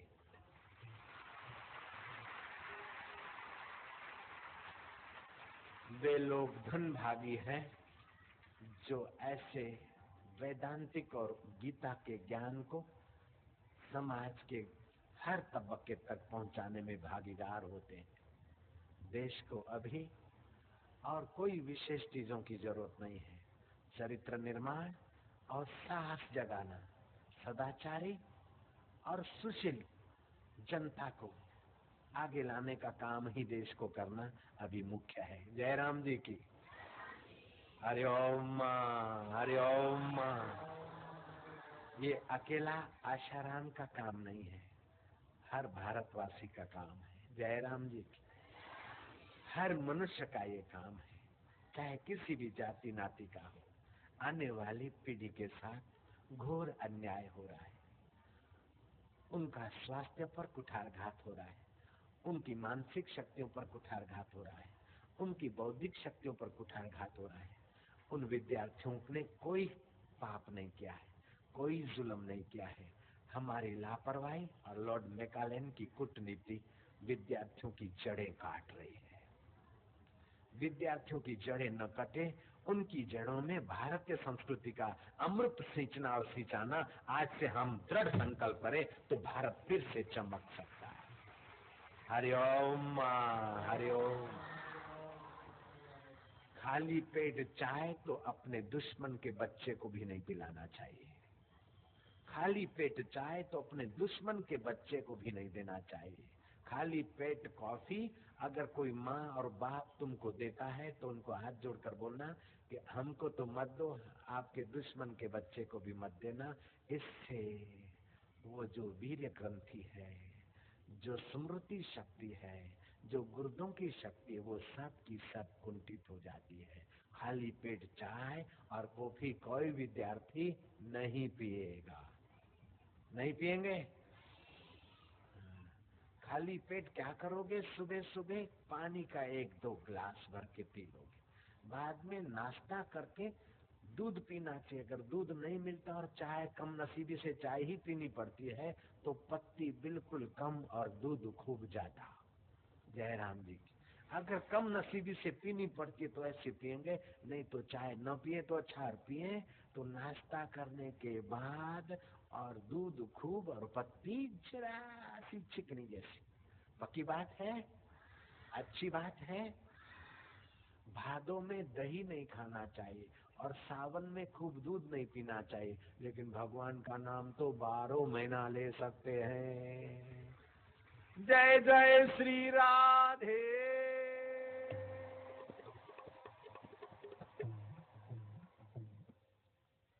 मैं एक बहुत बढ़िया भागवत की बात बताना चाहता हूँ बच्चों को। कथा सुनना है, अब मम्मी पापा को सुनाना है। शाबाश है। हिरण्याकश्यपु राक्षस भगवान का नाम कोई ले तो उसको जेल में डाले। देवताओं का वो खिलाफत करता था, यज्ञ और दान पुण्य की वो निंदा करता था। जैसे वेण राजा था दुष्ट, ऐसे ही वो हिरण्याकश्यपु दुष्ट। उसकी पत्नी बहुत अक्ल वाली थी। क्या थी? हिरण्याकश्यपु तपस्या करने गया, मैं ध्यान करूं, एकाग्र हूं, शक्ति पाऊं और फिर देवताओं को नीचा दिखाऊं। देवता लोग अपने गुरु के पास गए। गुरु जी ये ध्यान करेगा तो उसकी शक्ति बढ़ जाएगी और फिर देवताओं को सताएगा। गुरु जी इसके ध्यान में आप कुछ न कुछ विघ्न करिए। गुरु लोग विघ्न क्या करेंगे? जो विघ्न करेंगे वो भी भलाई के लिए। गुरु बृहस्पति तोते का रूप लेकर हिरण्याकश्यपु जहाँ एकाग्र होकर शक्ति पाना चाहता है, वहीं तोते का रूप लेकर बृहस्पति क्या बोलते पता है? नारायण नारायण नारायण। बोलो ना, तुम कंजूसी करते हो। नारायण नारायण नारायण। हिरण्याकश्यपु सोचता है ये भगवान तो मेरा दुश्मन है, भगवान का नाम ले रहा है। मत तेरे की। तोते को भगाने के लिए उठा। अब तोते को तो 2 पंख मारे, तोता भागा, उसके पीछे थोड़ी देर भागा, तोता दूर जाके बैठा। ये फिर आके अपने उसी पेड़ के नीचे शक्ति प्राप्ति के लिए ध्यान करता है। इतने में तोता फिर आ गया। तोता बोलता है नारायण नारायण नारायण। ये फिर चिढ़ता है, फिर तोते को भगाता है। ऐसे करते करते तोता भागे, तोता आए और फिर ये तोते के पीछे जाए। थोड़ी देर में तो खिन्न हो गया, देखा कि आज मुहूर्त नहीं है तपस्या का, वापस गया। वापस गया तो पत्नी देखी कि ये बड़े क्रूर स्वभाव का है, क्रोधी है। कयादू को माइया और किसी गुरु को सदगुरु न बनाए तो कोई बात नहीं, कयादू को तो गुरु बना ही लेना चाहिए कि पति को कैसे वश किया जाता है। माइया ध्यान से सुनेगी। जयराम जी की। वो पति आया, उसके स्वभाव को जानती थी, लोभी को धन से वश किया जाता है, मोही को उनके बच्चों को प्यार करके वश किया जाता है, और अहंकारी को उसकी झूठी सराहना पोलसन से वश किया जाता है, और संत और भगवान को सच्ची श्रद्धा और भक्ति से वश किया जाता है। जय राम जी की। कयादू ने पोलसन लगाना शुरू किया, अरे आप पधारे, आइए आइए आइए। ऐसा नहीं बोलती कि आज गए थे तपस्या करने 6 महीने के लिए और फटाक से भाग के आए, क्यों घायल हो गए क्या? तो फिर तो वो डंडा उठाएगा, सिर फोड़ेगा। कहना तो है लेकिन युक्ति से कहना है। आए, कयादू ने उनको पानी दिया, हाथ पैर धुलाए, भोजन बनाया, भोजन परोसती जा रही और पंखा हाँकती जा रही। बोले आप तो जो निर्णय करते वो पूरा किए बिना जल्दी नहीं लौटते, लेकिन आज जल्दी लौट के आए, जरूर कुछ बात में रहस्य होगा। बोले रहस्य ये था कि तोता आया और नारायण नारायण नारायण करने लगा। कयादू तो खुश हो गई कि ये है मेरा पति इतना पापी है और फिर भी भगवान का नाम लेता है तो उसके पाप नष्ट होंगे और महान बन जाएगा। कयादू ने युक्ति किया, बोले अच्छा तोता क्या बोल रहा था? बोले छोड़िए बात, वो तो मेरे शत्रु का नाम ले रहा था, नारायण नारायण नारायण। कयादू ने धीरे से पूड़ी रख दी, थोड़ा सा चरपरा सब्जी रख दी, पंखा हाँकती,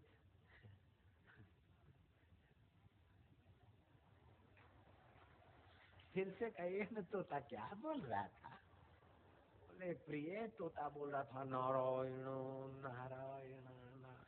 ओह मेरे तो चुन्नी संभालने में रह गए, मैं तो भूल गई, आप क्या कह रहे थे? वो कान ढका था ना, अब बताइए क्या बोल रहा था तोता? बोले तोता बोल रहा था नारायण नारायण नारायण। अच्छा तोता क्या क्या बोल रहा था? बोले बार बार पूछती है मेरे शत्रु का नाम। बोले नहीं नहीं वो तो भगवान का नाम है। नहीं भगवान भगवान हम नहीं मानते। नहीं वो तोता क्या बोल रहा था आप बताइए ना, तोता क्या बोल रहा था बताइए ना, तोता क्या बोल रहा था प्लीज, तोता क्या बोल रहा था? बोले तोता बोल रहा था नारायण नारायण नारायण। ऐसे करते करते युक्ति से प्रभु चटपटा देने से कम 108 बार उस पापी से भी भगवान नारायण का नाम बुलवा लिया और खिला पिला के खुश रखा, और फिर देखा कि अभी नारायण का नाम लेने के मूड में आ जाए।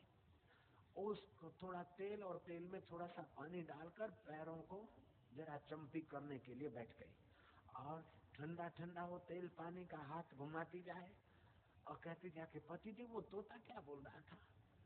बोले प्रिय तोता बोल रहा था नारायण नारायण नारायण। ऐसा करते करते उसके रक्त के कण पवित्र कर दिए। उसके बाद गर्भाधान हुआ, और उस गर्भाधान का फल पहलाज पैदा हुआ। भगवान के विरोधी के द्वारा भी भगवान के परम भक्त को जन्म देने वाली उस असुर नारी को भी हम प्रणाम करते हैं कि धन्य है नारी शक्ति, तू धन्य है देवी, तू धन्य। पहलाज जब 10-11 साल का हुआ, पहलाज कितने साल का हुआ? उसके बाप ने कहा कि दिन को तो मैं राज्य करता हूँ, रात को तू राज्य की संभार करना अभी से सीख ले, और 2 घुड़सवार तेरे अंगरक्षक होंगे। और पहलाज अट्टा कट्टा था, ऐसा नहीं चाय पी के बूढ़ा बन जाए, नहीं मक्खन खाता था मक्खन। तुम लोगों को भी मक्खन खाना चाहिए, मिले तो मक्खन खाना चाहिए। कन्हैया ने तो, श्री कृष्ण ने तो ग्वाल ग्वालों का मक्खन पापी कंस को देते थे, तो फिर वो ग्वाल ग्वालों की यूनियन बनाकर मक्खन चोर कंपनी बनाई, और जबरन मक्खन की मटकियां फोड़ के भी अपने प्यारों को मक्खन खिला लेते थे, और वो दैत्य देखते ही रह जाते थे। जयराम जी की माखन चोर, श्री कृष्ण ने माखन चोर कंपनी प्राइवेट लिमिटेड बनाई थी। कृष्ण कन्हैया लाल की जय। उसका मतलब ये है कि माँ बाप अगर तुमको मक्खन मिश्री नहीं देते और छुपा के रखते हैं तो वहां से उठा के खा लेने में भी कोई चिंता की बात नहीं है। तुम्हारी उम्र है मक्खन मिश्री खाने की। चाय और कॉफी जैसा जहर भरने की उम्र नहीं है, मक्खन मिश्री खाने की उम्र है। कटहर की सब्जी, तुमको पता है कटहर पचने में बहुत बहुत कठिन होता है, लेकिन जुआनों को और विद्यार्थियों को खाना चाहिए। कटहल पचने में कठिन होता है, लेकिन ताकत देता है। लेकिन वो पचने में कठिन हो तो चिंता नहीं, कटहल को पचाने के लिए ऊपर केला खा लो तो कटहल को एकदम पानी बना देगा, और केला के ऊपर इलायची खा लो तो केला को एकदम पानी बना देगा, और बच्चियों को मर्द बना देगा, मजबूत बना देगा। जयराम जी बोलना पड़ेगा। जो लोग सुपारी खाते बुड्ढे हैं और सुपारी की आदत है और दांत टूट जाते, सुपारी नहीं टूटती। अरे सुपारी के साथ बादाम मिला के खाओ तो सुपारी मेसू जैसी हो जाएगी। इतनी कठोर सुपारी एकदम मेसू जैसी हो जाती है, क्योंकि बादाम का संयोग मिलता है। ऐसे ही कठोर मन भी भगवान रूपी बादाम के नाम का संग मिल जाए तो कठोर मन भी मेसू से भी ज्यादा मधुर हो जाता है। जो सुपारी खाते वो आजमा के देख लें, सुपारी कितनी कड़ी होती है, लेकिन बादाम और सुपारी मिला के खाओ तो एकदम भूखा हो जाएगा फटाफट। जब सुपारी से बादाम मिलती है तो एकदम मेसू जैसी हो जाती है। तो इस पापी मन से भगवान का नाम रूपी बादाम मिल जाए तो कितना पवित्र हो जाएगा, जरा सोचो भांजे। नारायण बोलो ना, नारायण नारायण नारायण। तो वो बादाम खाने वाला, मक्खन और मिश्री खाने वाला आए, मजबूत शरीर, दृढ़ निश्चय, वो प्रहलाद घोड़ेसवारों के साथ रात को राउंड पे निकला। तो प्रहलाद ने देखा कि कहीं आग लगी है। तबड़ा तबड़ा तबड़ा तबड़ा तबड़ा तबड़ा तबड़ा तबड़ा तबड़ा तबड़ा घोड़ा दौड़ाया। जहाँ आग भभक रही थी वहां देखा कि आग किसी के घर में नहीं लगी, ये तो कुम्हार ने मटके पकाने के लिए निभाड़े में आग लगाई। और कुम्हार बैठा हाथ जोड़कर बोलता है कि भगवान तुम उसको बचा सकते हो, मैंने तो आग लगाकर उसको मारने का पाप किया है, लेकिन तू मेरे गुनाहों के तरफ मत देखना, तू उनके जीवन का दान देना। पहला सोचा कि पहले कुम्हार तुमने आग लगाकर किसको मारने का पाप किया और भगवान आग बुझाकर किसको बचाए। कुम्हार बोलता है कि हमने मटके बनाए थे मिट्टी के, उन मिट्टी के कच्चे मटकों को सुखाने के लिए धूप में रखे थे 15 दिन तक। उन मटकों के ढेर में, बीच ढेर में बिल्ली ने अपने बच्चे दे रखे थे। हमने सोचा कि बेटा निकाल देगा, बेटे ने सोचा माँ निकालेगी, माँ सोचा है कि बाप निकालेगा। हमने निभाड़े के बीचों बीच जो बच्चे दे रखे थे बिल्ली ने, उन बिल्ली के बच्चों को निकालने में एक दूसरे पर भरोसा किया, भूल गए। जब निभाड़े को आग लगाई तब एक दूसरे से पूछा तो उन्होंने कहा मैंने तो नहीं निकाले। बेटा बोलता मैंने भी नहीं निकाले, तो मैं मुझ पापी ने भी नहीं निकाले। अब मैं भगवान को प्रार्थना कर रहा हूँ कि हे भगवान, तू चाहे तो अग्नि के तेज को रोक सकता है, तू चाहे तो भभकती हुई आग में से भी इन बिल्ली के निर्दोष बच्चों की रक्षा कर सकता है। इंसान तो गलतियों का घर है, लेकिन हे प्रभु तू कृपा करके मेरी गलती को संभाल ले, हे मेरे रहबर। प्रहलाद कहता ये क्या बोल रहे हो, निभाड़े की चौर और आग भभुक भभुक भभक रही है और मटके, मिट्टी के मटके पक जाएंगे तो क्या बिल्ली के बच्चे कच्चे रह जाएंगे, ये कैसे हो सकता है। कुम्हार ने कहा कि राजकुमार क्षमा करना, वो अगर चाहे तो जल को थल बना सकता है, थल को जल बना सकता है, पानी की एक बूंद में से इतना मजबूत खोपड़ा बना देता है और दांत बना देता है, तो फिर अग्नि के तेज से बच्चों को बचाने में उसको क्या असमर्थता है। वो करने में अकरने में समर्थ है प्रहलाद। वो अगर चाहे तो बिल्ली के बच्चे जिंदे जी भभकते हुए निभाड़े से बाहर आ सकते हैं। प्रहलाद तो नारायण का नाम लेते लेते गर्भ में आया था, उसके बाप जैसा क्रूर तो नहीं था। माँ का पवित्र स्वभाव प्रहलाद के शरीर में मिला हुआ था। माँ का स्वभाव, बाप का स्वभाव, दादा का स्वभाव, दादी का स्वभाव, नाना का स्वभाव, नानी का स्वभाव, ये सब आने वाले शिशु के अंदर सुषुप्त रूप में होता है। फिर वातावरण की असर भी होती है। प्रहलाद ने कहा अच्छा बिल्ली के बच्चे अगर जिंदे निकले तो मेरे को बताना वो बिल्ली के बच्चे। बोलता है राजकुमार बिल्ली के बच्चे जिंदे निकले मैं आपको बताऊं तो आपको शक होगा कि सच्चे हैं कि नहीं।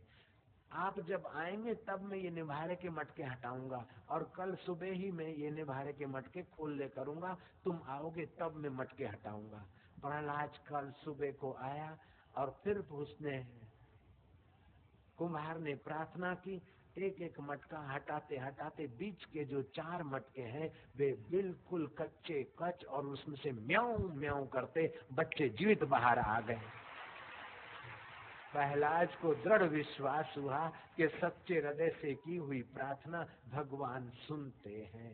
राजगोपालाचार्य ने 1956 में सच्चे हृदय से प्रार्थना की। मद्रास में अकाल पड़ा था, पानी पीने को नहीं था, रेड स्टोन लेक सूख गया था, और राजगोपालाचार्य ने बीच पर हजारों आदमी को एकत्रित करके प्रार्थना की, और उसी रात को बरसात ऐसी बरसी, ऐसी बरसी, ऐसी बरसी। मुख्यमंत्री और उनके साथियों ने, भक्तों ने प्रार्थना की और ऐसी बरसात कर दी कि रेड स्टोन लेक छलो छल बह गया, और मद्रास की सड़कों पर पानी घूमने लग गया, और गवर्नमेंट को नावें चलानी पड़ी। भगवान अब रिझ जाए तो क्या का क्या कर सकता है।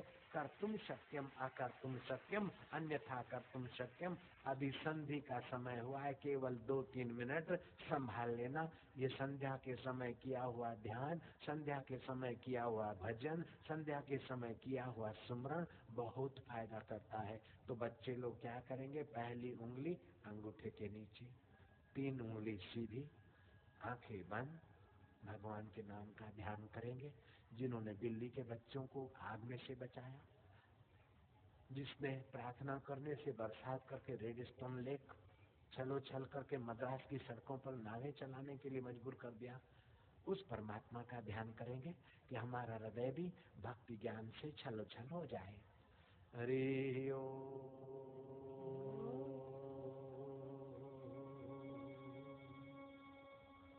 बच्चे तो पहली उंगली अंगूठे के नीचे रखेंगे, और जिनकी उम्र 45 साल से ज्यादा है वे लोग ध्यान के समय उंगलियों की नोकें आमने सामने मिलाकर उंगलियां गोद में रखेंगे, जिससे बुढ़ापे की कमजोरी को थामने में मदद मिलती है। हरि ओम।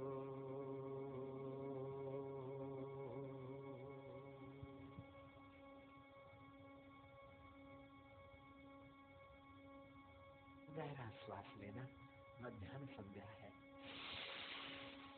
हरि ओम।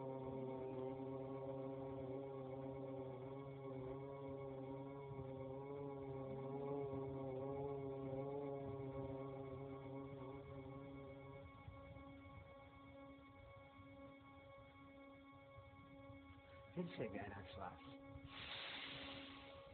हरि ओम।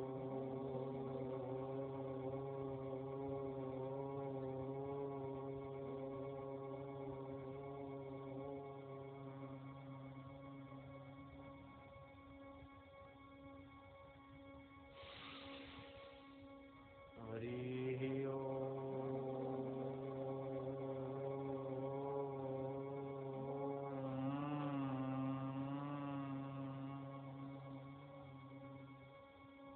आखिरी समय होठ बंद करेंगे ताकि मंत्र हमारे रग रग में और रक्त के कण कण में अपना प्रभाव बढ़ाए। हरि हरि ओम।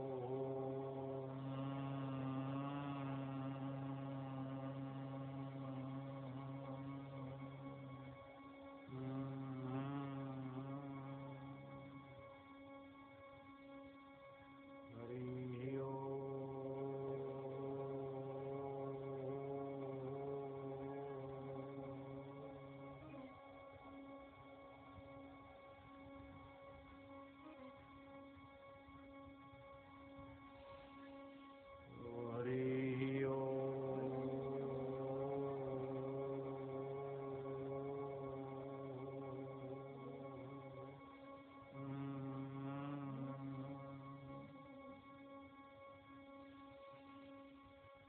हरि हरि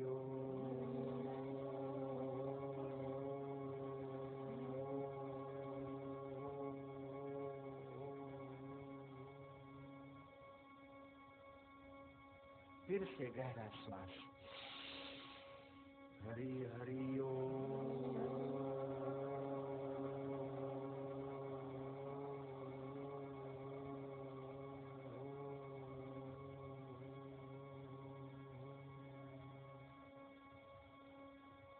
हरि हरि ओ।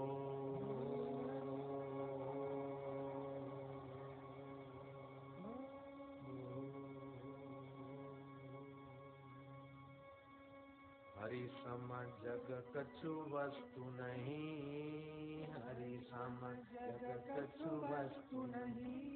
प्रेम पंथ सम पंथ, प्रेम पंथ सम पंथ। सतगुरु सम सज्जन नहीं, सतगुरु सम सज्जन नहीं। गीता सम नहीं ग्रंथ, गीता भयनाशन दुर्मति हरण, भयनाशन। कली में हरि को नाम, कली में निश दिन नानक जो जपे, निश दिन सफल होवई सब काम। हरि हरि ओ।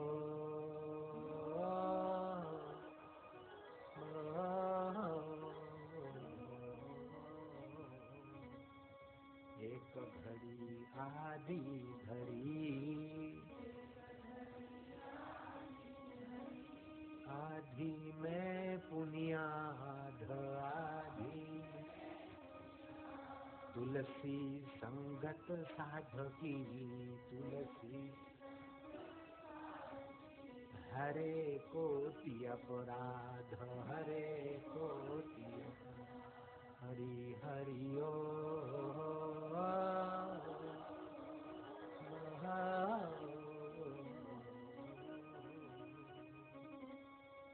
हरि हरि ओ।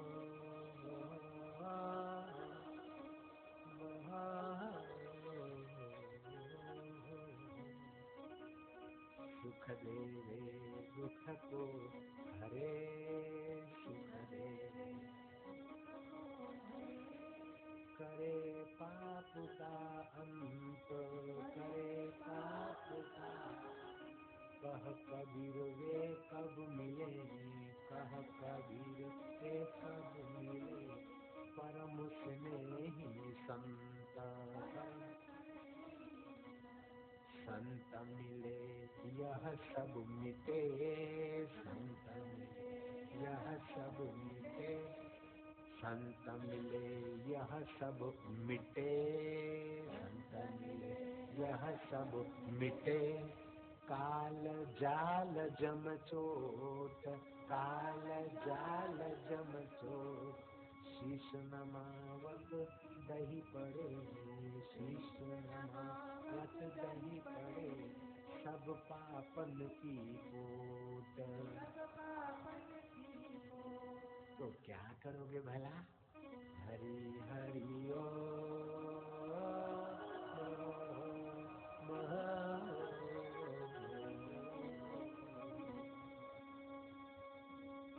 इस श्वास का कोई भरोसा नहीं, कब श्वास निकल जाए कोई पता नहीं। इसलिए बाल्यकाल से ही हरि नाम का कीर्तन करना चाहिए। निश्वासे नहीं विश्वास, निश्वासे नहीं विश्वास। कदा रुद्धो भविष्यसि, कदा रुद्धो भविष्यसि। कीर्तनीयं मतो बाल्यात्, कीर्तनीयं मतो बाल्यात्। हरे नामैव केवलम, हरे नामैव। तो क्या करोगे भला? हरि हरि ओ।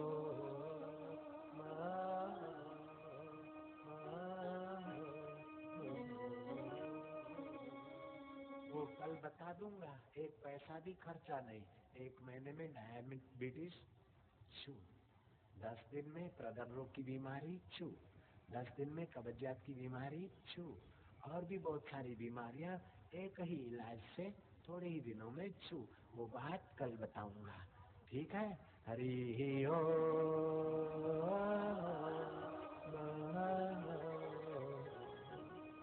मधुर मधुर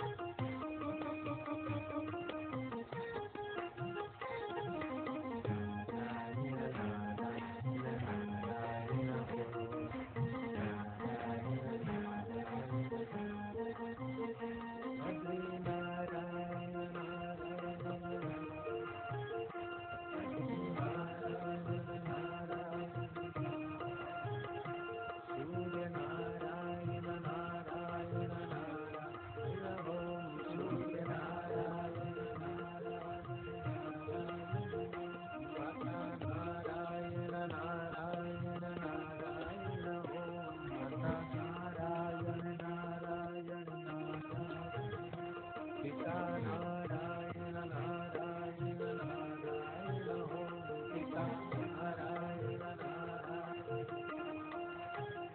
गुरु नारायण नारायण नारायण ओम गुरु नारायण नारायण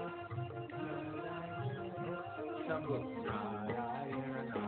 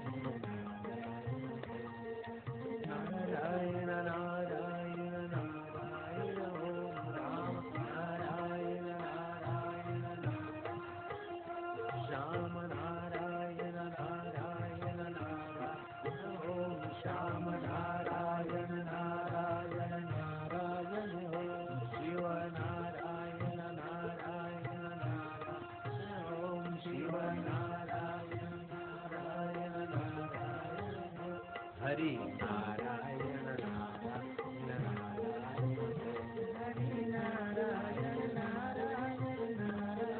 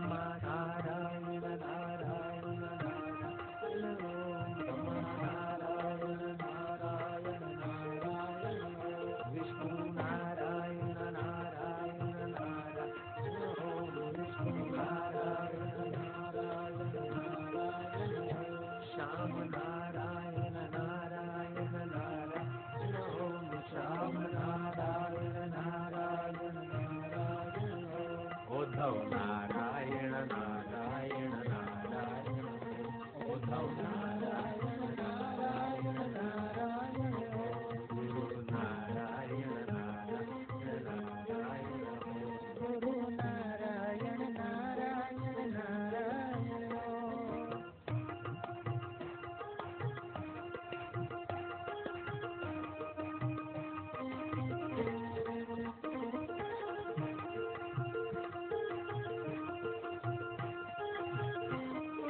जय हो जय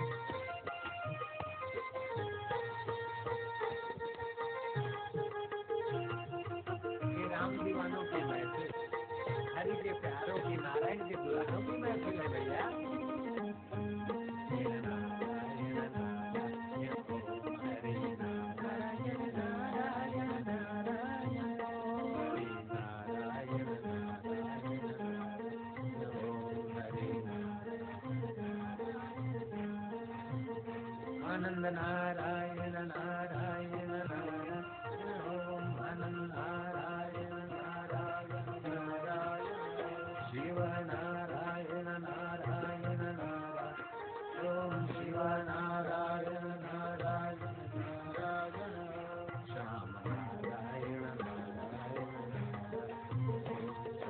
नारायण नारायण नारायण।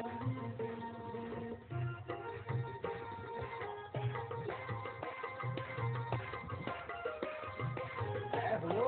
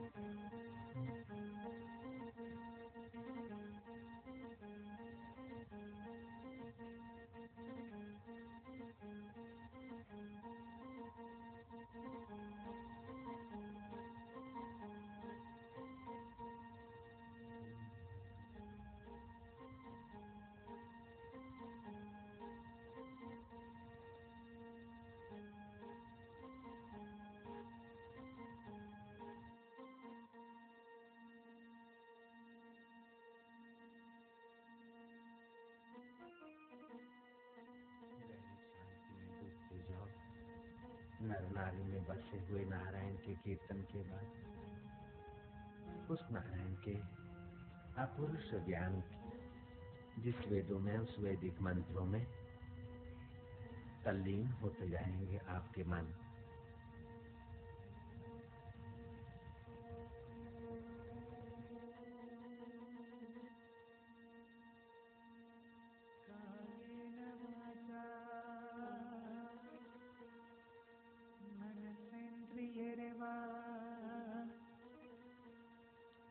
बुद्ध्यात्मना वा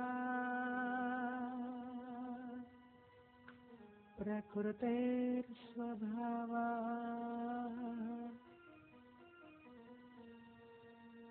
करोमि यद्वत् सकलं परस्मै नारायणायेति समर्पयामि। नारायणायेति समर्पयामि। नारायणायेति समर्पयामि।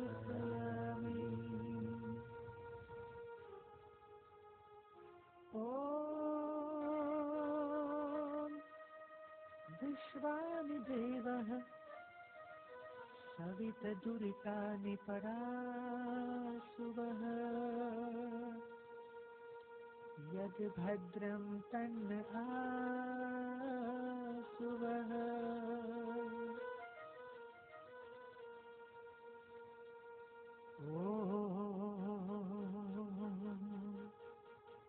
मा प्रगामपथो वयं मा यज्ञादिन्द्रसोमिनः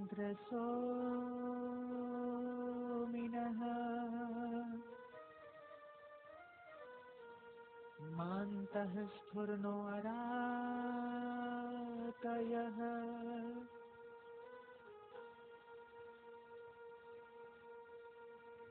ध्येयं वदन्ति शिवमेव हि केचिदन्ये शक्तिं गणेशमपरे तु दिवाकरं वै रूपैस्तुतैरपि विभासि यतस्त्वमेव तस्मात् त्वमेव शरणं मम दीनबन्धो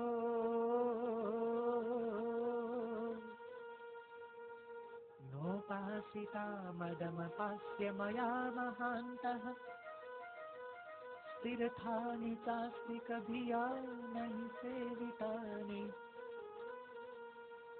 देवार्चनं च विधिवन्न कृतं कदापि तस्मात् त्वमेव शरणं मम दीनबन्धो नमोऽस्तु ते व्यासविशालबुद्धेः फुल्लारविन्दायतपत्रनेत्रः येन त्वया भारततैलपूर्णः प्रज्वालितो ज्ञानमयः प्रदीपः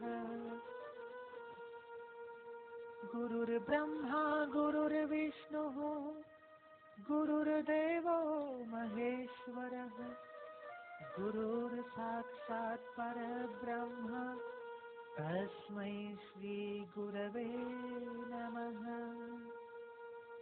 ध्यानमूलं गुरुर्मूर्ति पूजामूलं गुरुपदम् मन्त्रमूलं गुरुर्वाक्यं मोक्षमूलं गुरुकृपा अखण्डमण्डलाकारं व्याप्तं येन चराचरं तत्पदं दर्शितं येन तस्मै श्रीगुरवे नमः त्वमेव माता च पिता त्वमेव बन्धू च सखा त्वमेव विद्या द्रविणं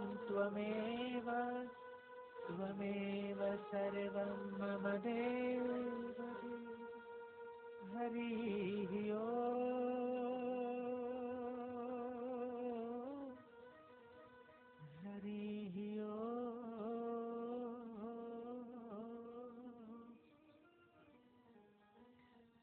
ओम् श्री परमात्मने नमः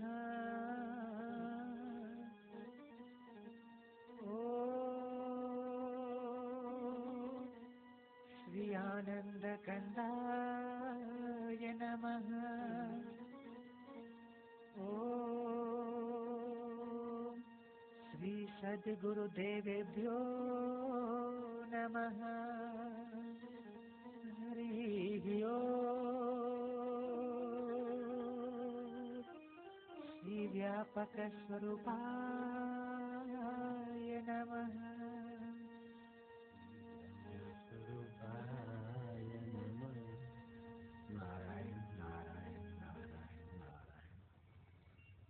श्रीमद् भागवत में ये भी आता है कि ऐसी जगह पर निवास ही न करो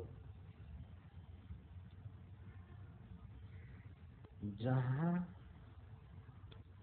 भगवत चर्चा सुनने का अवसर न मिले। ऐसी जगह पर न रहो जहाँ हरि रस का अभाव हो। भगवत भक्त साधु जनों का संग न हो सके, ऐसे देश में, ऐसी जगह में, ऐसे स्थान में न रहो।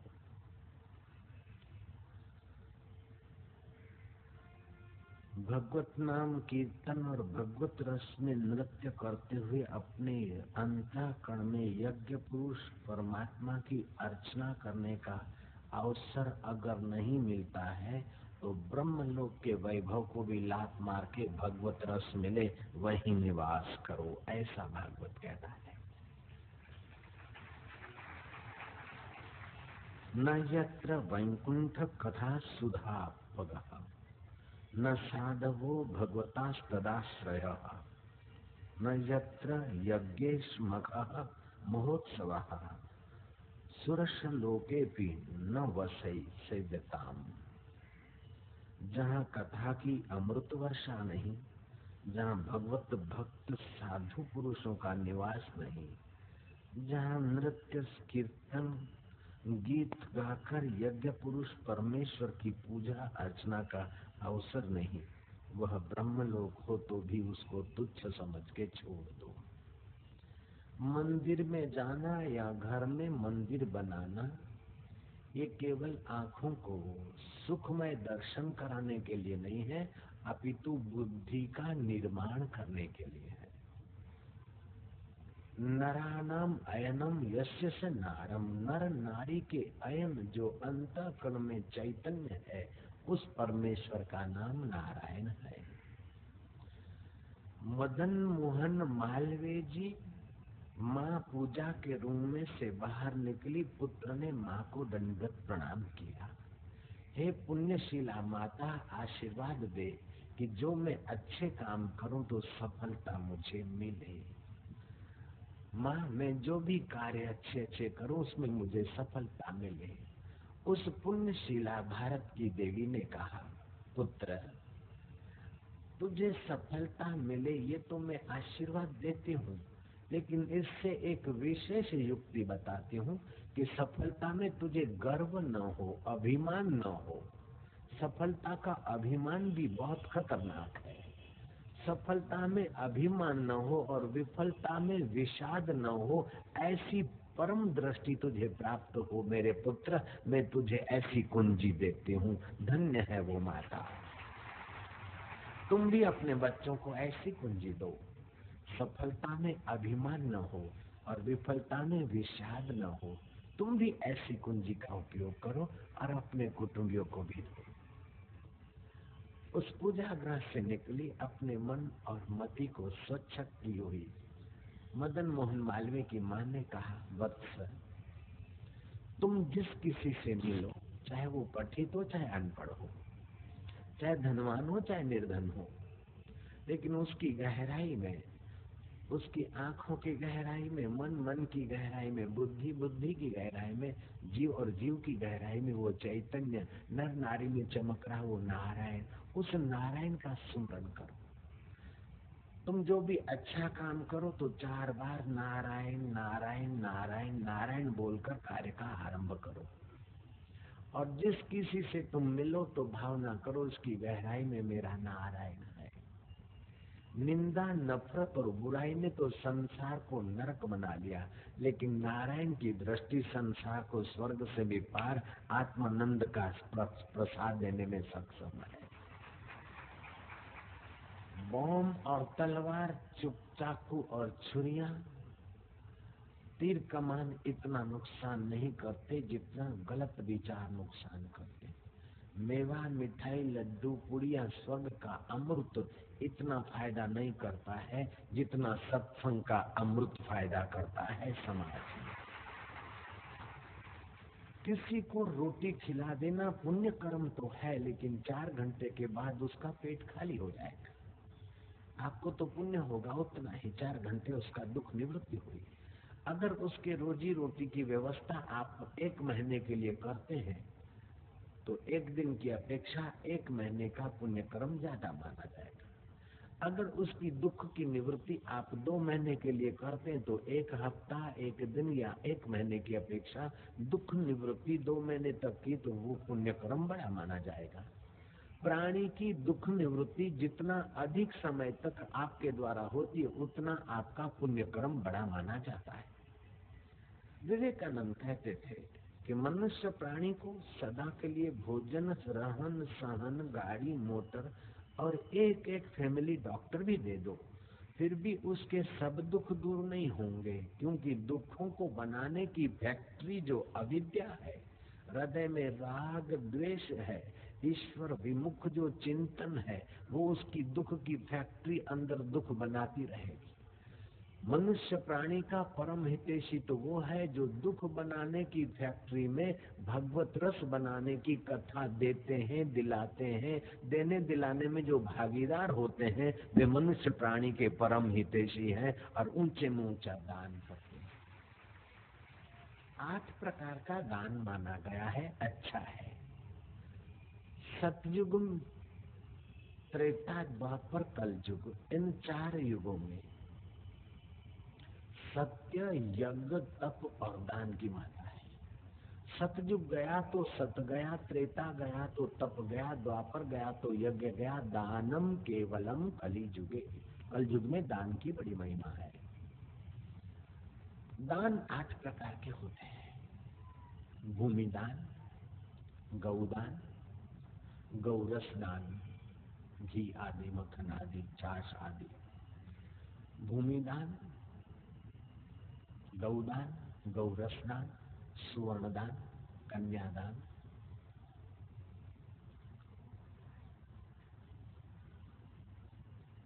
वस्त्रदान, विद्यादान और 8वां है अभय दान। कन्यादान के बाद जमाईराज शराबी कबाबी हो सकता है, और स्वर्ण दान दे दिया तो सोना लेकर सट्टा कर सकता है, कोई हो सकता है। लेकिन जिसको तुमने अभय दान, सत्संग के द्वारा अभय दान दिलाया, तो शराबी जमाई भी शराब छोड़ देगा, पापी व्यक्ति पाप छोड़ देगा, अहंकारी का अहंकार गलने लगेगा, मोही का मोह गलने लगेगा, चिंतित का चिंता दूर होने लगेगी, भयभीत का भय मिटने लगेगा। अगर अभय दान दिलाने की तुमने चेष्टा की, उसमें तुम भागीदार हुए, तो तुमने सर्वोपरि दान करने का अवसर पा लिया। दानम केवलम कलियुगे।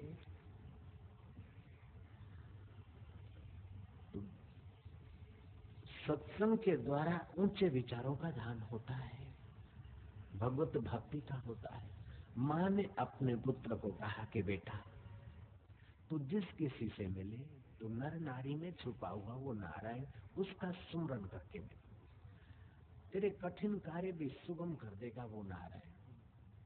और मदन मोहन मालवीय जी की आदत पड़ गई, माँ के आशीर्वाद के बाद हर काम में वो आरंभ में नारायण का 4 बार सुमरन करके फिर जाते हैं। और आपको भी सलाह देता हूँ, और मुझे बहुत फायदा हुआ है, इसलिए आपको सलाह देता हूँ कि आप भी जो काम का आरंभ करें, चाहे रसोई घर में प्रवेश करके रसोई बनाती हो तो 4 बार बोल दो नारायण नारायण नारायण नारायण। दुकान पे जाते हो तब भी, शयन खंड में जाते हो तब भी, और सुबह का आरंभ करते हो, नींद में से उठते हो तब भी। मैं तो ये भी कर सकता हूँ, अगर रोने की तैयारी हो तो 4 बार नारायण नारायण करके रोना शुरू करोगे तो रोना भी तुम्हारा भक्ति में हो सकता है, गिना जा सकता है। हंसना हो तभी भी और कीर्तन करना हो तभी भी। जो कुछ आरंभ करो, आरंभ में और अंत में नारायण नाम का संपुट दे दो, आपको बहुत लाभ होगा। मुझे हुआ है, मदन मोहन जी को हुआ है, हनुमान प्रसाद पोद्दार को मदन मोहन जी ने बताया कि मुझे लाभ हुआ है, आप किया करो, और वे करते थे। और गीता प्रेस गोरखपुर के बहुत देवी कार्य उनके द्वारा हुए। तो जो भी संस्थाओं का चलाते हैं, घर कुटुंब को चलाते या साधु बाबा लोग हैं, वे भी इस नारायण नाम का फायदा उठाए को। अजामिल की कथा आती है भागवत में कि वो ब्राह्मण था, भजन ध्यान करता था, जंगल में फल फूल कंदमूल दर्भ आदि लेने गया। कोई दुराचारी आदमी वैश्या के साथ शारीरिक विलास कर रहा था। आंखें जैसा देखती है चित्र, ऐसा मन उसके तरफ मुड़ जाता है प्राय। तो उस दुराचार के आचरण को देखकर अजामिल का मन भटका, और वो धीरे धीरे उस वैश्या के चक्कर में आया और उसको घर लाया। अपनी पत्नी के साथ अन्याय हुआ, उसी को भार्या बनाकर रहने लगा, और धीरे धीरे वो दुराचारी की पराकाष्ठा पे पहुंचा। उसको उसी वैश्या के द्वारा कई बच्चे कच्चे हुए। कथा कहती है अजामिल घर पे न था, और वो मिसेस वैश्या, मिसेस अजामिल ने देखा कि साधु संत जा रहे हैं। मैंने किसी के जीवन से खेला, अगली बाई को दुख दिलाया, इसके घर में आई, इतना पाप ताप मुझे कहाँ पहुंचा देगा, चलो अपने द्वारा कोई सत्कर्म हो जाए। इस भावना से साधु बाबाओं को भुलाकर उस महिला